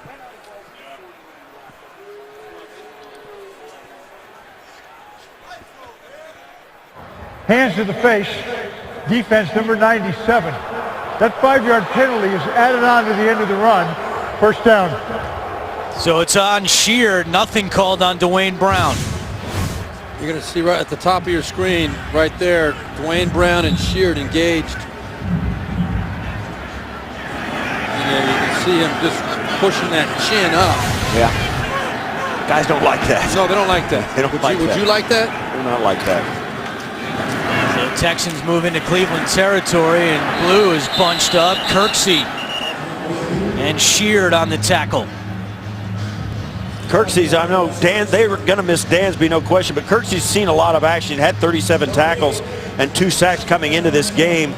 He was drafted in the 3rd round out of Iowa this year. He has made some plays and been on this defense on the field a lot, so it's not like they're going to completely drop off with Dansby off, but Kirksey is going to see a lot more time in the second half of this game than he has thus far. Blue trying to get to the outside, and he does. Alfred Blue has just gone over 100 yards rushing on the day.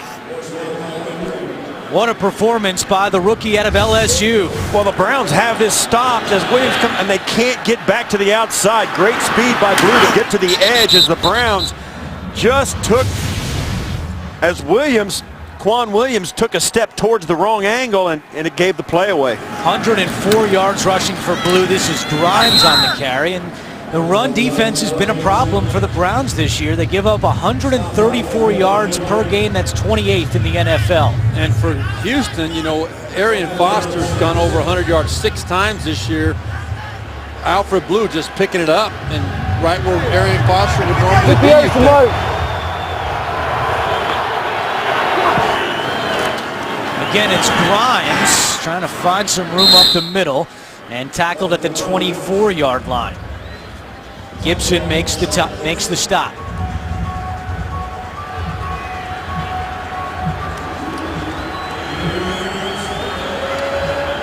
Well, the dog pound comes to its feet. As you see the Cleveland rush defense numbers, can this Browns defense come up with a big stop on 3rd down and 2?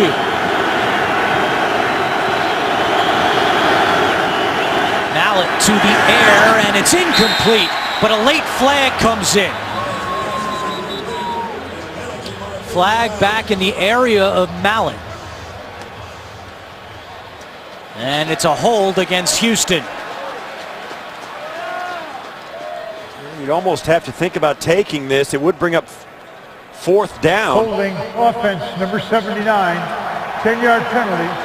Yeah. Repeat 3rd down. I think it's because of the field position. They got to take this penalty, puts them back out on the edge of field goal range. Penalties on Brandon Brooks, who played collegiately at Miami of Ohio. Took down Billy Wynn. So now it's 3rd down and 12. It's a calculated gamble that Mike Pettin's taken here. I mean, it would be 4th and 2. If you give up a big play here, obviously it was the wrong decision. Also kicking into the trickier part of the stadium in terms of the wind. That might have factored in as Johnson is stopped, and now we'll see what Bill O'Brien wants to do. Well, now it's going to be a 53-yard field goal or a little bit less than that, and that's a big difference. Bullock has had success from 50 and beyond. He's 2 out of 2 this season from 50 plus. It went from being a 30 or 40-yard field goal to a 52-yard field goal. So you got to think, yeah, taking that holding penalty was exactly the right call. Sure was. He showed some faith in his defense, and they came through. This is from 52. His season long is 55. This one on the way, and it is no good. Drifts right at the end. So each team has missed a field goal today. Cundiff in the first half, Bullock here in the second half. Texans not able to convert, and it's still 14-7. The NFL on CBS is sponsored by Southwest Airlines. Book your low fare now at southwest.com. McDonald's, official sponsor of the NFL. I'm loving it. And by T. Rowe Price, understanding the connections of a complex global economy. Invest with confidence.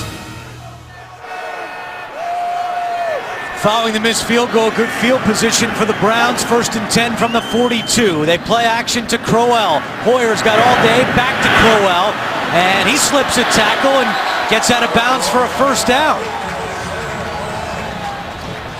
I really like this running back, Isaiah Crowell. He makes it look so easy. You know, we talked about he's an undrafted free agent, but he always seems to know where he's going with the football, whether he's running it, catching the pass out of the backfield. He had the fumble earlier in the day, and you see what the Cleveland Browns have done second half this year. They've been a second half football team, to say the least. Just a 4th catch this season for Crowell, who's seen a lot of time today and not much doing that time. Yeah, Watt and Dent getting in the backfield. That's the play the Browns have been working all day. The little pitch to Crowell, but it's an inside run. He turns and pitches it, and then Crowell tries to get right up in the seam. It has worked very well consistently for the Browns today, but finally Watt and Dent team up to break that off with no gain. That play has been a big part of the Browns offense, and if they can't use it anymore, that could hurt them. Dent was acquired in that trade for T.J. Yates with Atlanta, former Houston quarterback. 2nd down and 12. Hoyer's pass is broken up. Browns fans want a flag. Nothing doing. A.J. Boye got a hand on that one. Boye might have had his arm around right in the inside of the top of your screen right there.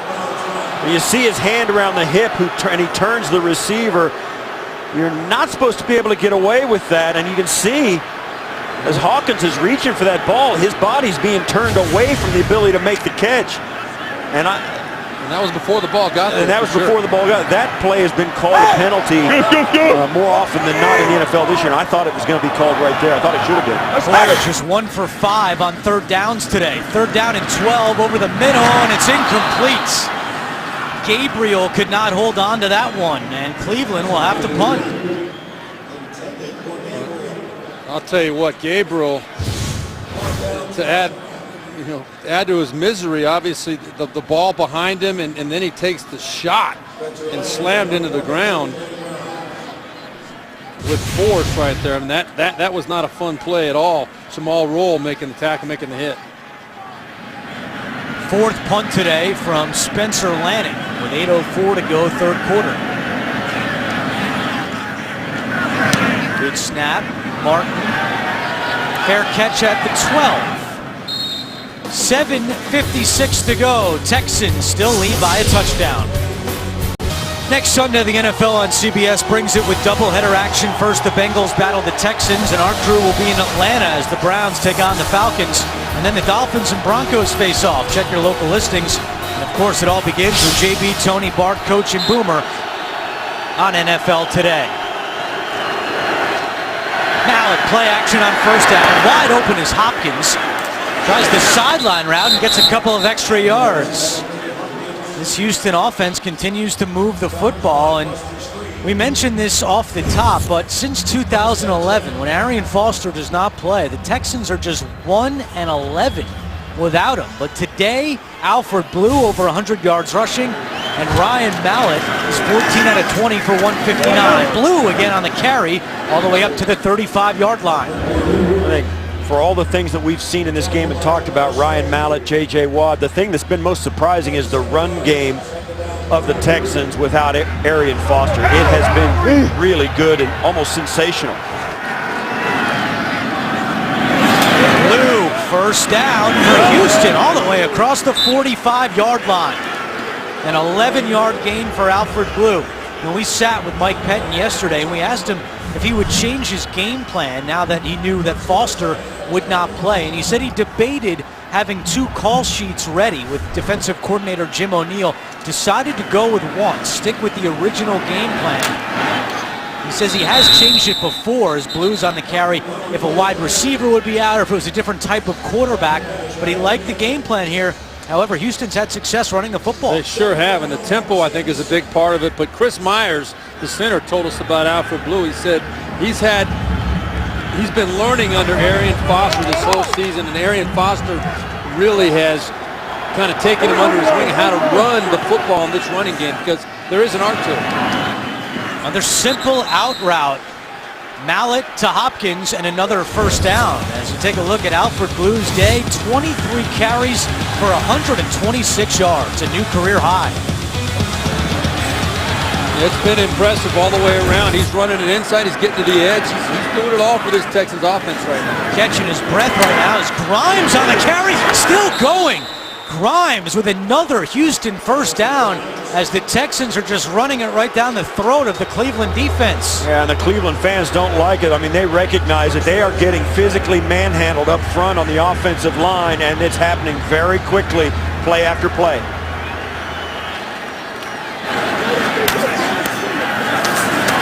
Grimes again, and he's forced out of bounds. Remember, no Phil Taylor the rest of this season for the Browns. Placed on injured reserve on Thursday for a knee injury. That is a huge loss for Cleveland. It's been a lot of Billy Wynn and Ishmael Kitchen in there, but Houston is just gashing the Browns with 179 yards rushing. And now Wynn, who's in there for Taylor, one of the guys trying to replace Taylor, is slow to get up.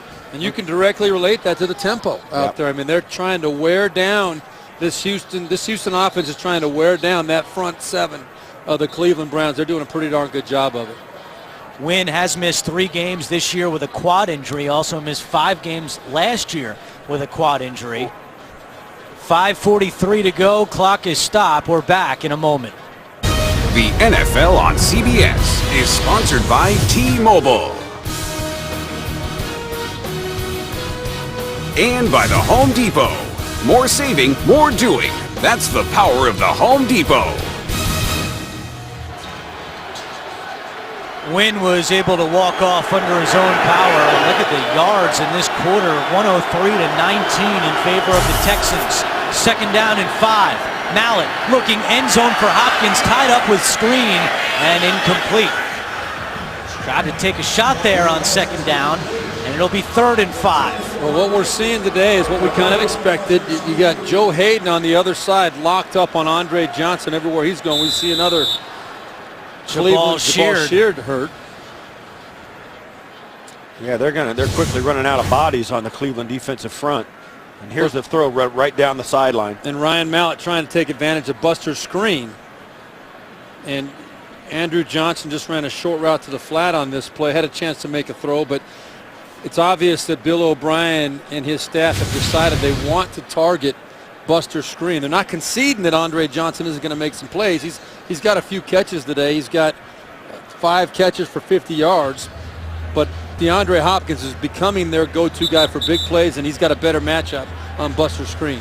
Not a good sign there for the Browns as Sheard needs some help getting off the field. So on consecutive plays, Wynn and Sheard exit for Cleveland. Meanwhile, 3rd down and 5. Dog pound trying to cheer on this defense.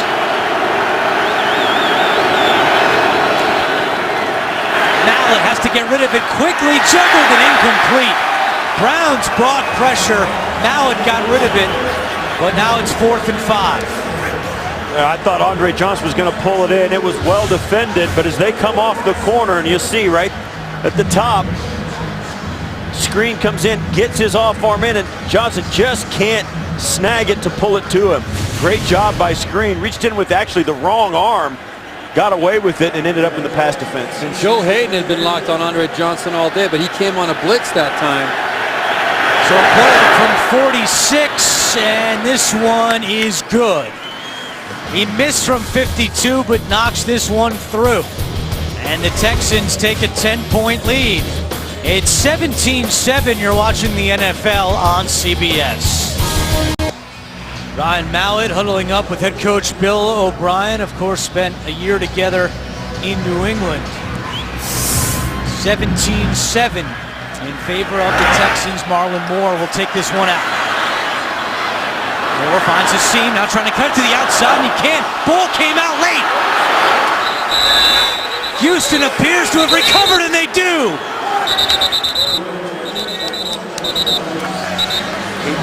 There's a chance that he might have been down when that ball came out up close to the 23-yard line, but that's an enormous mistake. Eddie Pleasant recovered for Houston, but I agree. You'll have to take another look at this one to see if Moore was down. Now, all it has to be, now there's the contact right there, so that will constitute contact if he indeed goes down at any point. And the ball popped out of his wrist. His wrist is part of his hand. That's not down. If it's his elbow, oh, it is his elbow. He's down. Yep. He's down. This play is going to be reversed. This is not going to be a turnover. Great look on that other angle to see that his elbow hit the ground right there. No doubt about it. This should be overturned. They look at all turnovers, so they will take a look at this one. And the Browns offense and the Texans offense, they're both out there on the field. So they both think they're going to win. Ed Hockley goes into the booth, of course, communicating back with New York in replay headquarters. That's how it works this year. They got both offenses out there now. Yeah, Joe Thomas is yucking it up with Chris Myers, the center. Let's go back to New York. Our officiating expert, Mike Carey, is with us. And Mike, what did you see on this play? Well, what I see on the play is a clear control with his elbow contacting the ground first, then the ball pops out. If I was reviewing this, I would reverse to down by contact. Now remember, the wrist does not put him down, the forearm does, as well as the elbow. So we had a couple of chances to put him down, and the elbow is clearly down. Thank you, Mike. His elbow was down on the ground before the ball came out. Therefore, he was down by contact. It's Cleveland's ball at the 23-yard line. Reset the clock to 5:04. 5:04 on the clock. Correction, 5:12 on the clock. 5:12. So the Houston offense has to come off the field. Browns offense stays out there, 1st and 10. Boyer this half is 1 out of 6 for 11 yards. Pitches this one to West, and he can't get past J.J. Watt. Brooks Reed also helping out on that tackle. What have you seen in this second half, guys, that has limited the Browns? They have been shut down offensively. Well, I think, Steve, you made a point of talking about that short pitch they've been. I think that was one of the adjustments that they made defensively. Romeo Crennel, they said we got to stop that short pitch to Crowell. But also, I mean, look at the way that Brian Cushing on that last play. These linebackers are flying in the football and shutting down that run game. Browns have just 17 yards of offense in this third quarter. Miles Austin makes that catch across the 30-yard line, and he's got a first down. A much-needed first down for this Cleveland offense. Yeah, and that's one of the things where we talked about how undersized most of the Cleveland wide receivers are. Austin is not undersized, 6'2", 215, and that's the reason he could bowl over Boye and get that first down, move the chains. That was nothing but body weight and lean to get that last yard and a half.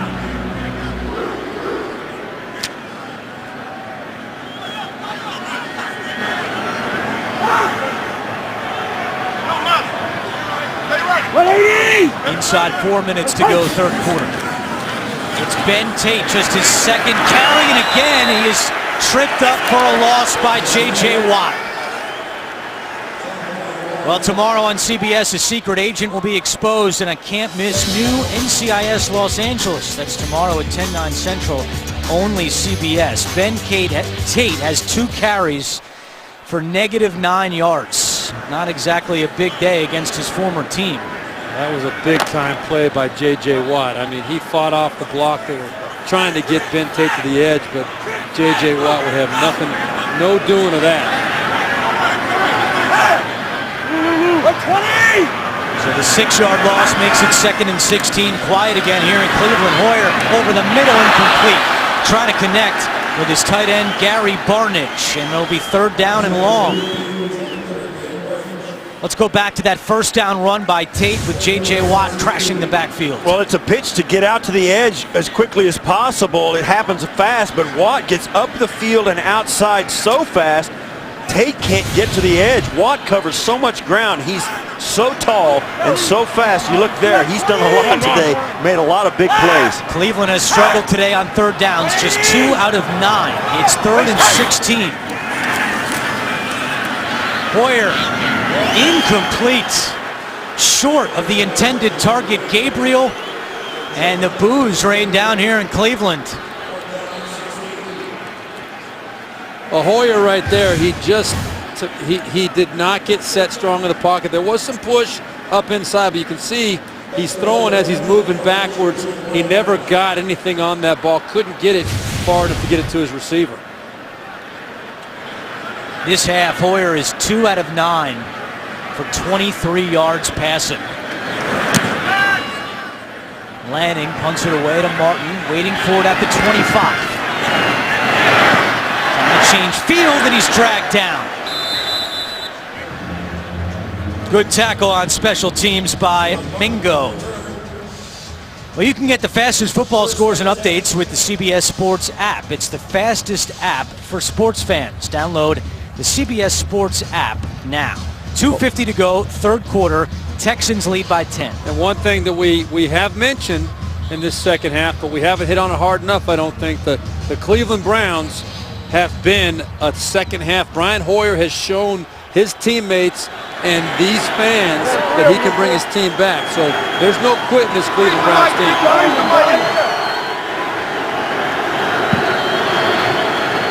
Mallett starts this drive in the gun. Play action, throws the slant to Johnson, tackled immediately by Hayden at the 32-yard line. Andre Johnson with his 6th catch today. And now Cleveland, with the running game of Houston going so well, they're packing the box. They went man coverage with a single high safety in the back end. They're trying everything they can to put more bodies down on that offensive line to stop that run game. Billy Wynn is back in for Cleveland. Left on the previous drive. Alfred Blue trying to get to the outside. Mingo wraps him up and Wynn finishes him off. Well, here's the issue now that Bill O'Brien is facing. He wants to start chewing some clock, so they've gotten out of their up-tempo rhythm on this drive, and all of a sudden you see Cleveland starting to make some plays defensively. You're letting them get regrouped in the huddle. So the question is, do you keep trying to chew clock, or do you go with where you've been most effective? That's the up-tempo. Here comes the crowd on 3rd down and 8.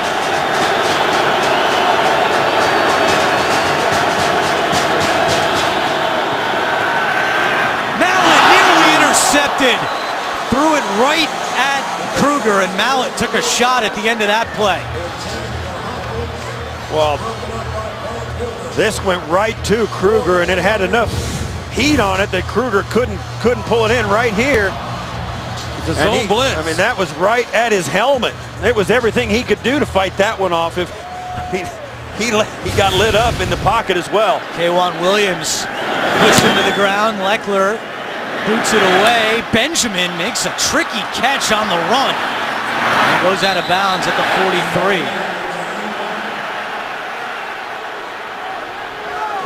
Well, let's go back to New York and update with JB and Tony Gonzalez. Today, it's the good Andy Dalton. Yes, it is indeed right here. You're going to see A.J. Green going up over the top for the 24-yard catch. That ball was on a dime right there.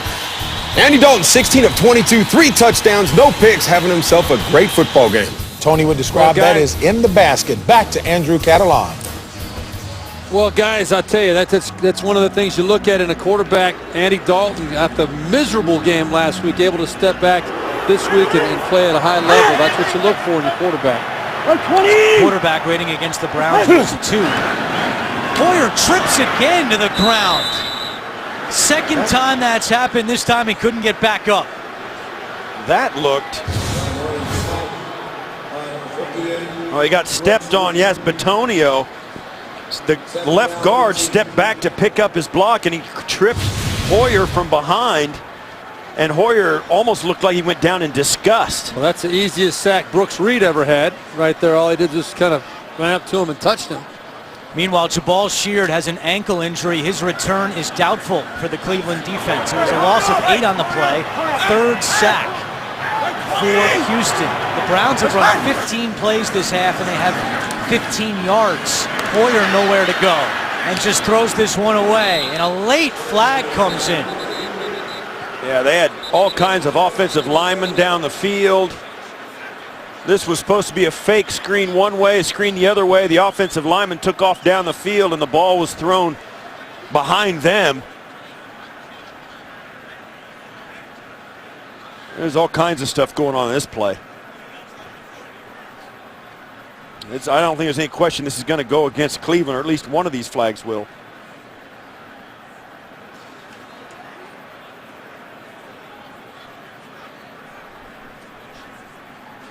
And eligible downfield, offense, number 77. 5-yard penalty, repeat second down. Well, Steve, you know what happened? This was a screen pass. Like you said, they were faking the quick screen to the left, but watch Crowell. He's supposed to check through and go up here where all the linemen are, but he checks through and goes the other way, and Brian Hoyer has nowhere to throw the football. He's looking for Crowell. He's down here at the bottom of the screen.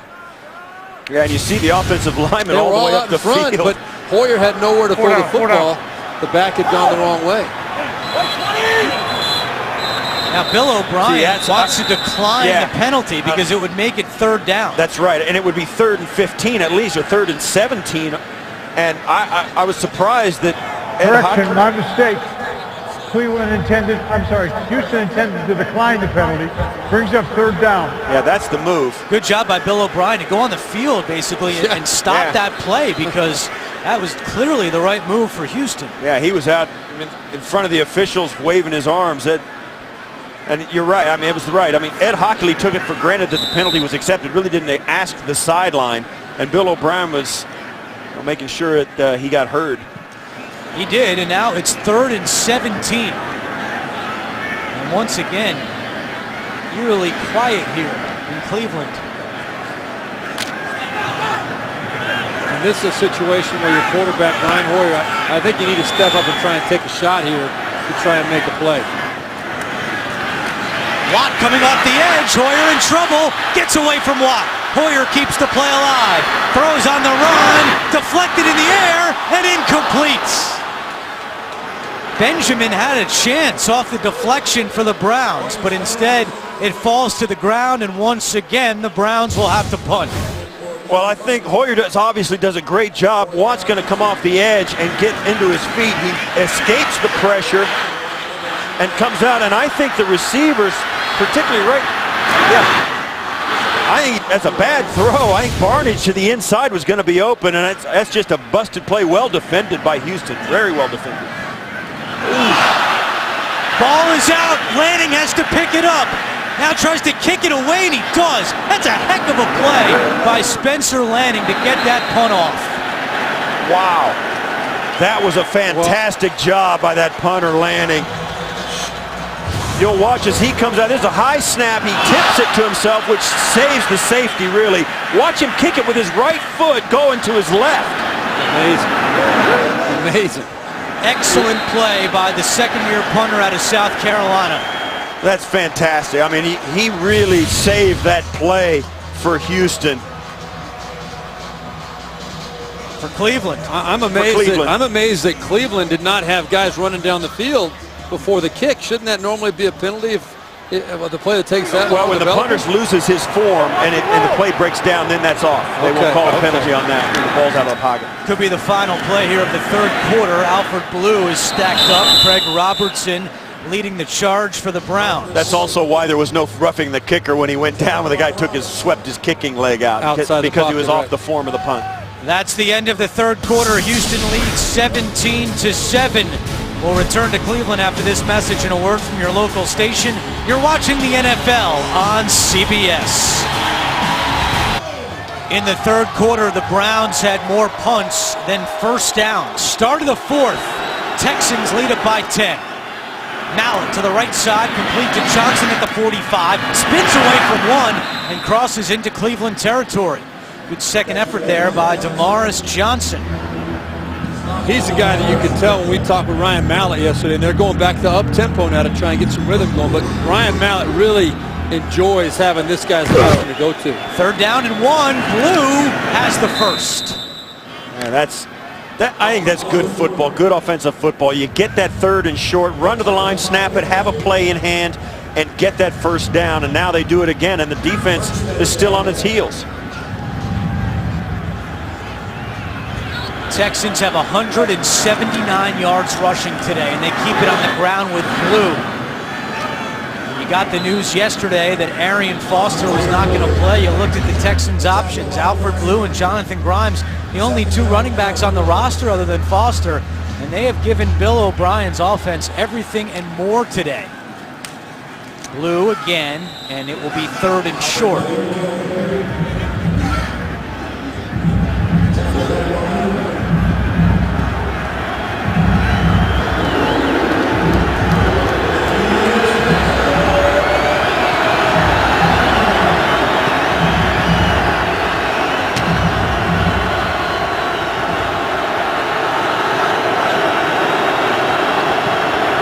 It's 3rd and 3 for Houston. 50% on third downs today. Crowd trying to give this Cleveland defense a spark. They're bringing the pressure. Mallett gets rid of it, and it's incomplete. Johnson had it and dropped it. Now Mallett's got to make this throw. He had Johnson open. He knows it. He's mad at himself. You're going to see a great job at the slot right there coming up. He's got to stick that ball right on him. There's going to be a catch and a hit right at the same time, but it was only 3 yards. I thought it was a worse throw than that from up here, but that was a nice throw, and Johnson's got to come in with that. That's a first down. Johnson's got to make that catch, but I think if he gets it up, it's an easy catch. Oh, sure. It would have been a catch and run. That could have been a much bigger play if it had been a higher throw up into his stride. Bill O'Brien has called the timeout. Now, he initially sent his field goal unit out to try a 56-yard field goal, and now it appears he's waving them off the field. Yeah, this is interesting. You don't know what they're going to do now. The offensive linemen are staying out on the field. Now they're starting to move off. Chris Myers staying out there. Dwayne Brown. The offensive line is out there. They're the only 5 Texans on the field. And he's got his offense huddled up, and Mallett is going back out there. So it looks like Houston's going to go for it on 4th down. Well, they're either going to go for it or they're going to try and draw them off sides. Well, I don't know. Maybe. They got a 10-point lead. Their defense is playing great. There's no reason to think they won't try and draw them off sides. But also, hey, if they can go 63 yards when they've got more punts than first downs, maybe. But I'd go for it. I think it's a mistake. No.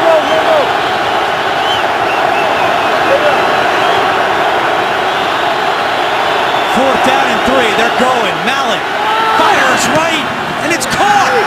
Andre Johnson right in front of Joe Hayden, and Houston converts on 4th down. Wow, 10-yard gain. That's 2 elite players going right at it. Joe Hayden's all over Andre Johnson. I mean, he is draped on him like a pillowcase, and Andre Johnson goes down, low throw, right into his thighs, and he pulls that. Look at that. He pulls it in. It hit his thigh. That ball should not have been completed. Season-high 7th catch today for Andre Johnson. And not much doing on this first down run by the Texans. But I still like the idea of going for it. I think you got a 10-point lead. If you don't get that, you give them the ball in great field position. And I think you're just opening up a can of worms. I admire and respect the guts he had to make that call.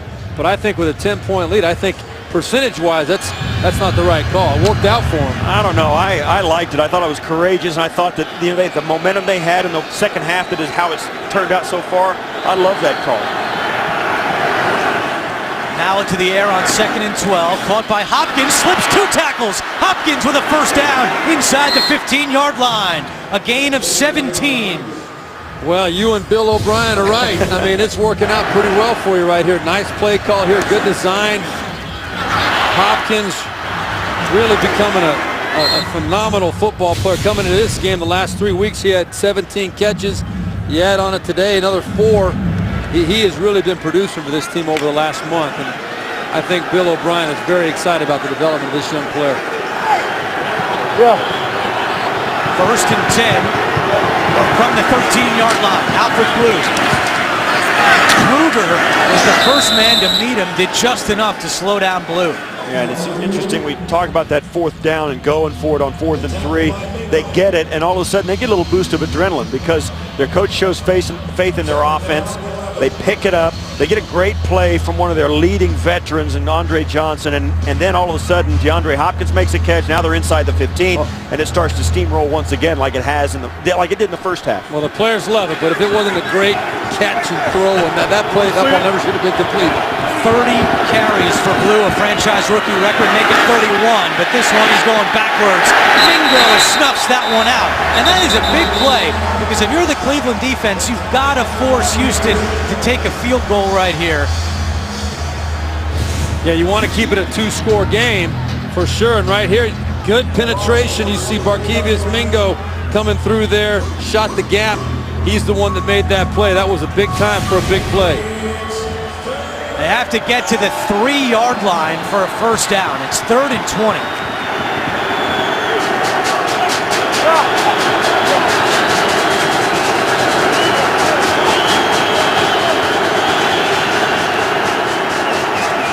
They swing it to Johnson, trying to get him in some space, and he's forced out by Hayden at the 18-yard line. So the Browns defense does the job after yielding that 4th down conversion, and they force Houston to attempt a field goal.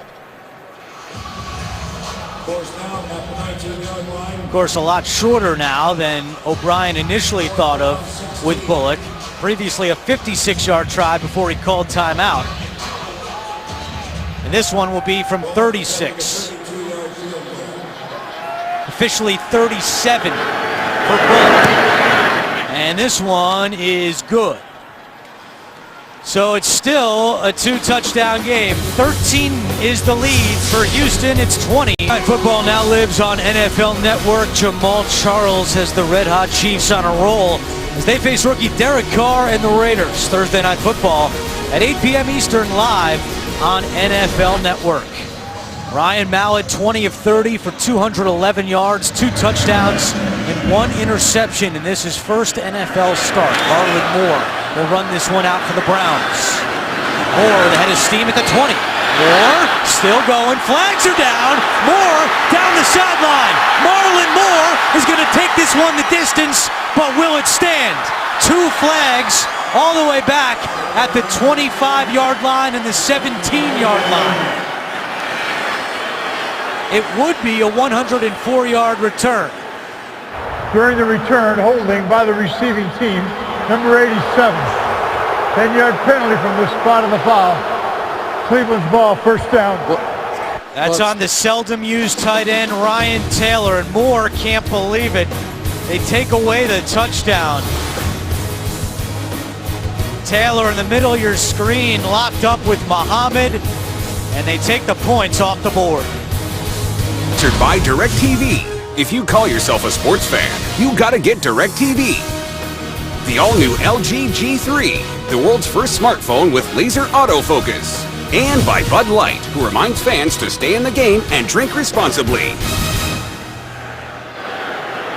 9:33 to go, 4th quarter, and the Browns trail 20-7 with the Steves, Burlon, and Tasker. I'm Andrew Catalon.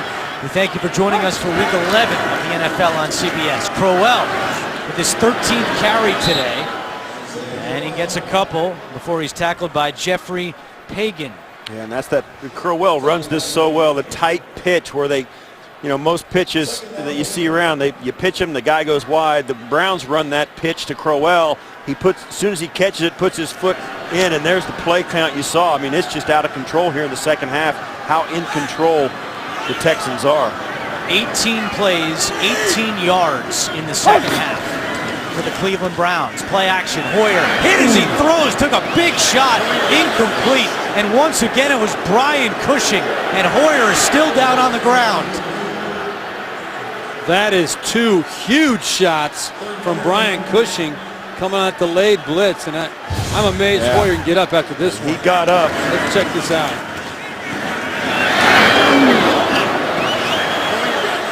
That hurts. Johnny Manziel has put his helmet on, and he is starting to potentially loosen on the sideline, but Hoyer's going to stay in for this big 3rd down and 8. That is a tough dude, boy. Those were big hits. They're taking a couple of them. Browns are 2 for 11 on 3rd downs today. Hoyer to Gabriel, and he stretches. Did he get it? It looks like he did. A.J. Boye wrapped him up, but Gabriel stretched out his 5'8" frame and appears to have gotten the first down. And you got to keep an eye on Brian Hoyer as he hits this out to Gabriel, tackled by Boye. But I'm telling you, Brian Hoyer is not going to come out of this game. No way. He knows the ramifications of taking a play off and what it could mean. You can't get him out of there with a crowbar. Play action again. Hoyer over the middle to Gabriel. He's got some room. Gabriel's got speed. Tackled from behind at the 45 by Roll. A gain of 35 yards. Well, what can you say about Brian Hoyer? I mean, we were worried about him getting up 2 plays ago. What does he do? He converts a tough 3rd down on the previous play and then stands in that pocket under pressure and delivers a strike 30 yards up the field. And he hustles his team to the line. More play action. Hoyer fires. Caught at the 23. That's Andrew Hawkins. The Browns putting together a drive here, a gain of 22. And now they'll go with tempo as well. Hoyer calling the play out right now. The offensive lineman waiting on the football to be spotted. The receivers getting lined up. They're going to snap this right away. They've got momentum. And they give it to Crowell. And Ryan Pickett tackles him from behind. A gain of 1 on the play, but Cleveland finally with some type of spark here in the second half. And this is one of the reasons why Cleveland's been so intriguing and fun for their fans this year. They don't go away.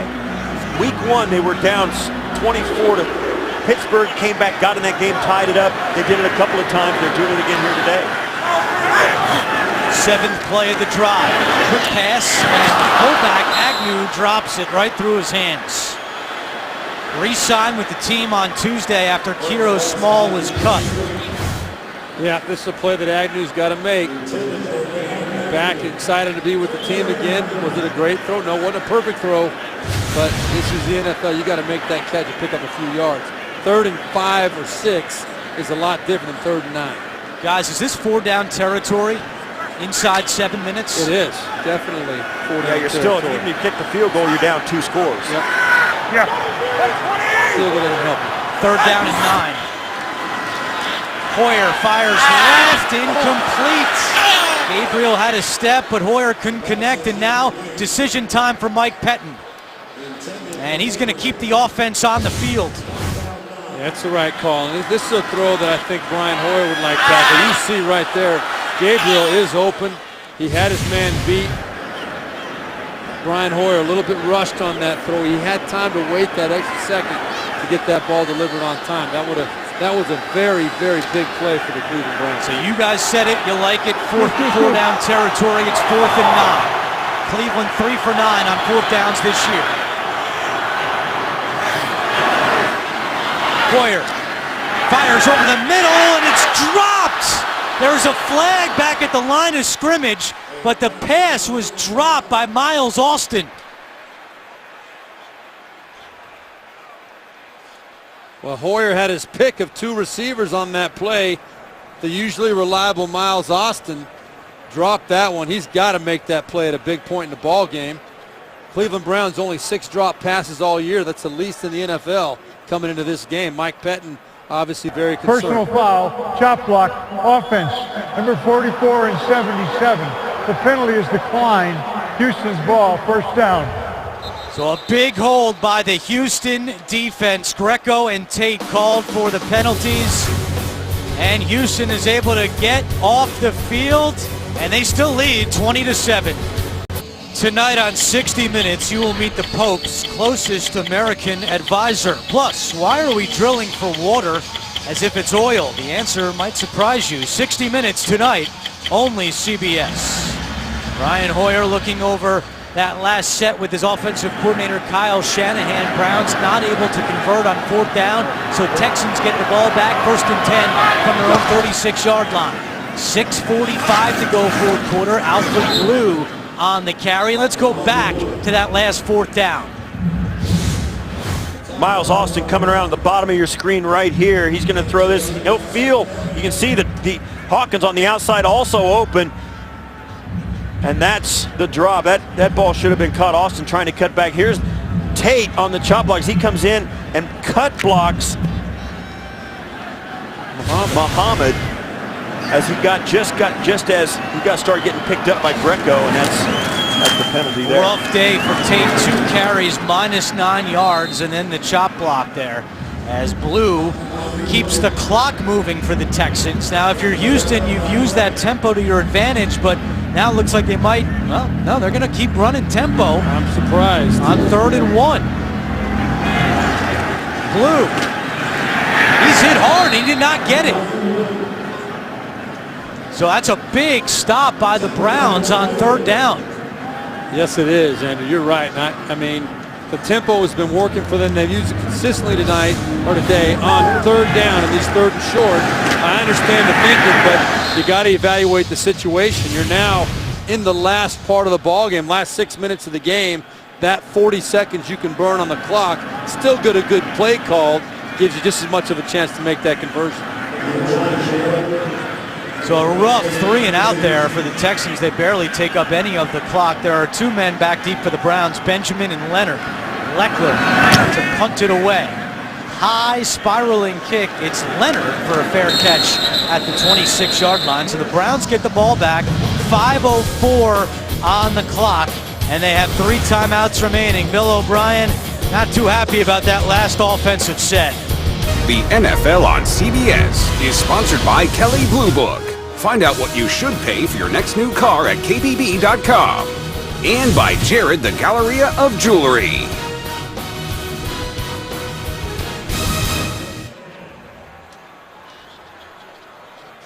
Browns fans hoping for a late comeback here. They trail 20-7 with 5:04 to go. Brian Hoyer does have 3 4th quarter comebacks this year. He will throw on 1st down over the middle to Hawkins. 1st down, and the speedy Hawkins all the way up to midfield. A gain of 24, and now the tempo, no huddle for the Cleveland offense. Well, Hawkins' style is so much fun to watch. He gets that ball and doesn't even think about hesitating and makes a lot of big plays. Hoyer moving closer to 300 yards passing. He's got 274. Throws left, caught by Gabriel. Another Cleveland 1st down. He's wrestled to the ground by Boye.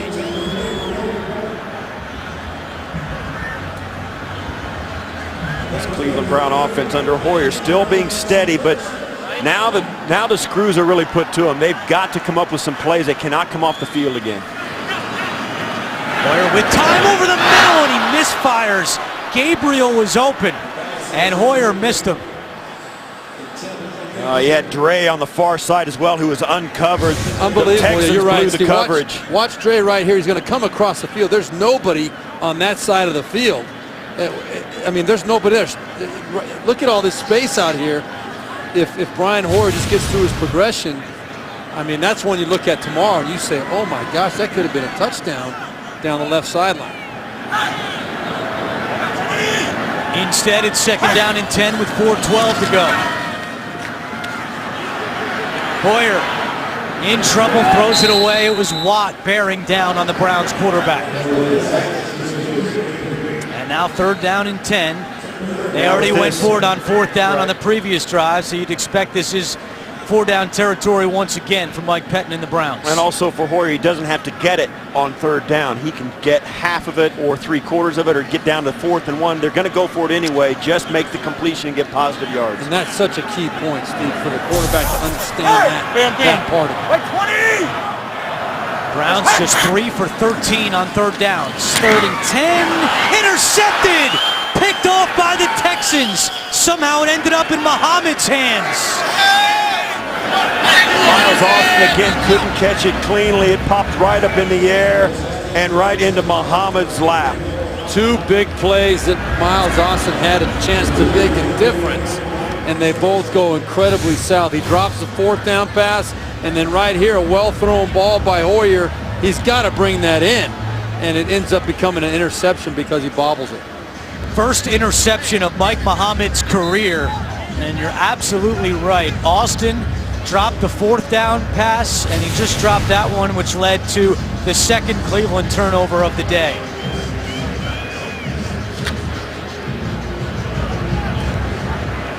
Browns do have 3 timeouts remaining. They can stop the clock. 4:01 to go. Alfred Blue with his 35th carry today and some room to run. Blue still going. And finally forced out by Mingo, and now a late hit. That's a bad play by Gibson. Just drilled Blue, and he was already out of bounds, so he can tack on 15 more. That was frustration from Gibson, no doubt about it. But what an incredible run by Alfred Blue. Did you see that move? That was great, that stiff arm? It's a great stiff arm to get to the outside and really get away from Personal contact. foul, unnecessary roughness, late hit out of bounds, defense number 31. 15-yard penalty, first down. Alfred Blue has 35 carries for 151 yards. Watch here, the stiff arm right there. And that's a stiff arms. It was Gibson who then came back and knocked him out. He got the stiff arm, and Gibson didn't like it and came back and got something. They give it to Grimes this time, and he's up to the 34-yard line with 3:44 to go. And fans here in Cleveland have seen enough. Last 2 losses, if the Browns go on to lose this one, against Jacksonville, a guy in Blake Bortles who was making his 5th career start, and today Ryan Mallett, his 1st career start, and Alfred Blue, a franchise record with the 35 carries. What a day. Not a bad first start. Second and 7, it's Grimes again. Holding on to that ball as tight as he possibly can, and now Mike Pettin will use a timeout. Speaking of great first starts, the Brady backup bowl today between Brian Hoyer and Ryan Mallett, making his first start today of what Bill O'Brien and the Texans hope will be a very long, productive career. Pretty solid first day for Ryan Mallett. 66% completion.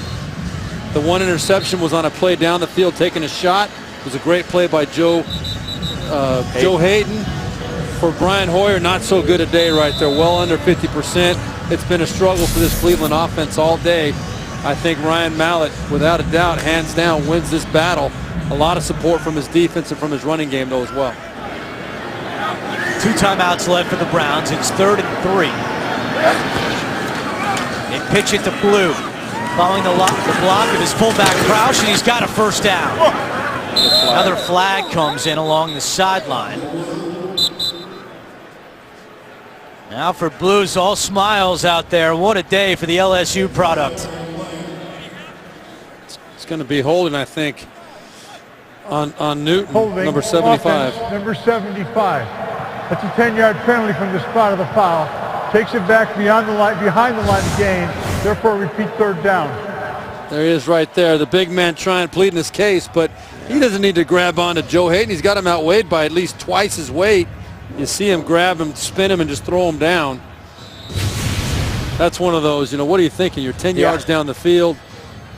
Just scare him. Just run right at him. Well, you don't even have you put your hands out at all. Just stand next to him. He's got to run around you to get there. He doesn't want any piece of you either. So that wipes out the first down. It's 3rd and 8 with 2:58 to go. This time it's Grimes. Cuts back, and Kitchen slams him to the ground. Mike Pettin uses his 2nd timeout. He's got 1 remaining, and it's 4th down for Houston.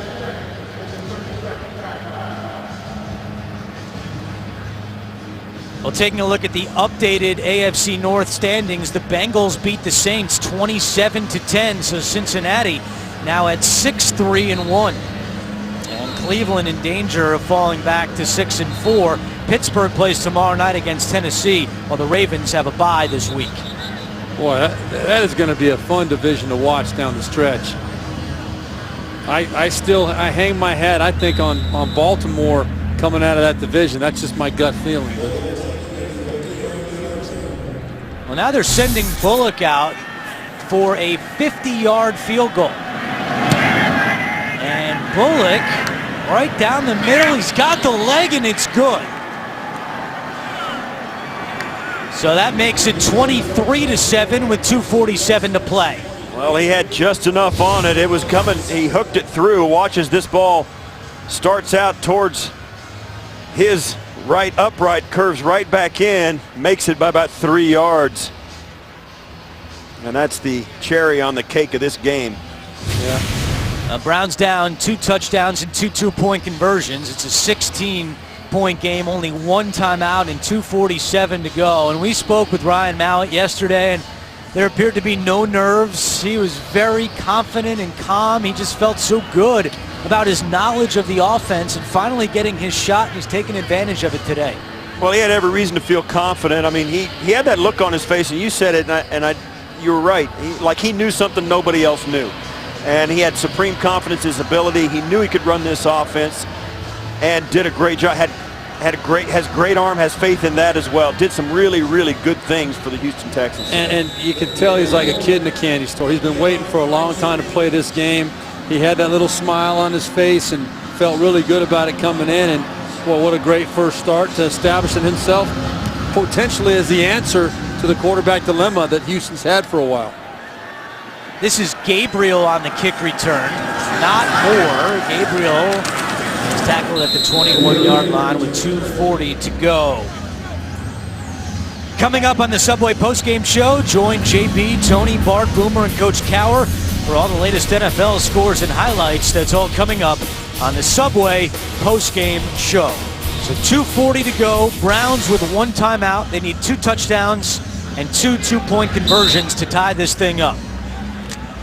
Cleveland has a 3-game win streak, which is very much in danger against these Houston Texans, who are trying to even their record at 5-5. Hoyer to Austin. He catches this one, and he's tackled at the 29. So you're saying there's a chance? There is a chance. We've seen some crazy things happen. Yeah. Also has the 2-minute warning to break it up. Cundiff 3 for 10 in his career on onside kicks. Hoyer in trouble, gets rid of it, and that one is caught by Hawkins. It's good for a Cleveland first down. Hoyer's trying to get him to the line quickly to run one more play before the 2-minute warning. Houston very content to let him have those short passes over the middle of the field. Hoyer gets it off. Back over the middle. Barnage makes the catch, and Cushing levels him at the 47. That brings us to the 2-minute warning. J.J. Watt and the Texans trying to run their record to 5-5. Ryan Mallett and the Texans trying to hold on here down the stretch. They lead 23-7. Browns with 1 timeout and 1:56 to go. Movement on the line, they blow it dead. It was Merciless who jumped. Was he provoked? Neutral zone infraction defense, number 59. 5-yard penalty is first down. It was not provoked, so it goes against Merciless and the Texans.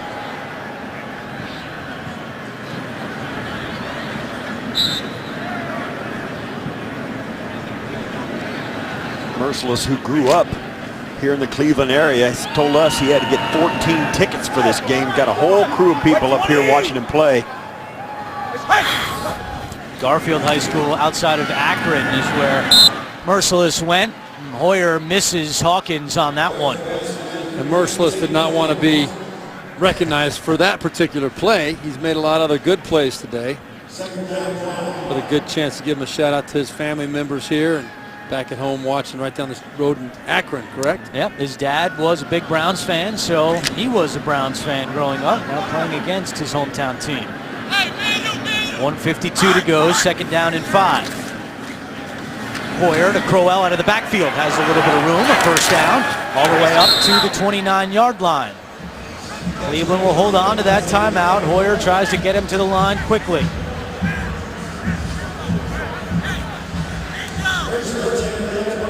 Well, this Cleveland team had 5-1 record at home coming into this game.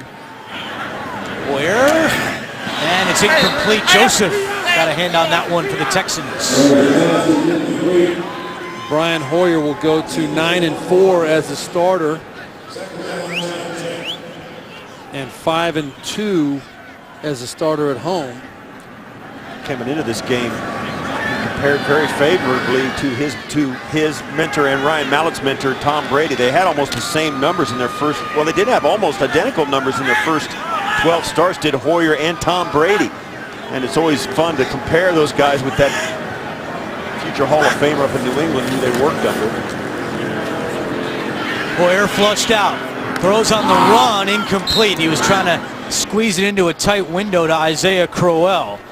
Brian Cushing has had a big game here for the Texans today. Missed the last two because of soreness and swelling in his knee. But he has appeared healthy today and has had a couple of big hits on Brian Hoyer. 3rd down, 10. And that's a big number for the Browns today when they go back and look at this one. 3 out of 14 on 3rd downs Well, that for is Cleveland. Yeah, that is the number for them today. Yeah, that's been the key. Without a doubt. When you look at the Browns, had that huge win at home against Pittsburgh. The next week lost at Jacksonville. Last week, the big win at Cincinnati, and now in danger of dropping this one against the Texans. Benjamin was out of bounds.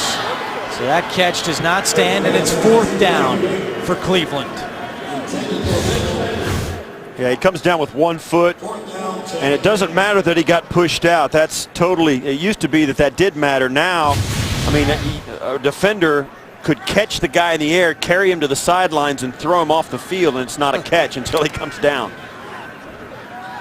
So that did not count, even though it was because of the defender that he couldn't get his feet in. 4th and 10. Browns trying to keep the game alive. Hoyer's pass incomplete. Right through the hands of Gary Barnidge. The Houston offense comes back out onto the field, and Brian Hoyer will fall against his former teammate Ryan Mallett. J.J. Watt, another great effort today. You don't see a defensive player on the field more plays than J.J. Watt. And what a great story. Brian Cushing, too, coming back today. They gave him the last couple weeks off due to soreness. He's been through so much injury-wise the last couple years. Well, starting the day, these were the standings in the AFC North. The Browns at the top at 6-3, but the Bengals win, the Browns lose, and now look at the standings. It's going to be a wild ride going home the rest of the way in the AFC North. Mallett takes a knee with his parents and several family members in attendance here in Cleveland. What a first start for Mallett. And oh, by the way, the Texans now at 5-5. And Bill O'Brien told us, I hope that people after this game say, why didn't you go to Mallett earlier? Well, at 5-5, he's got a bit of a spark now with Ryan Mallett. And they'll be watching that game tonight with interest. Colts Tom play Brady the Patriots. Going against Andrew Luck and the Colts. Cleveland went scoreless the final 38 minutes and 58 seconds. Well, it'll be interesting to see how the Browns bounce back from this one. They're a team they think they've earned the respect of a contender in their division, and we'll see if they can come back and bounce back from a tough loss today. Browns go to Atlanta next week while the Texans host Cincinnati. The final score, Houston 23, Cleveland 7. For Steve Tasker and Steve Berline, this is Andrew Catalon saying so long from Cleveland. Don't go anywhere, because coming up, it's the Subway postgame show. We'll take it to New York for all of the scores and highlights. It's all coming up right after this. Once again, the final score, Houston wins 23-7.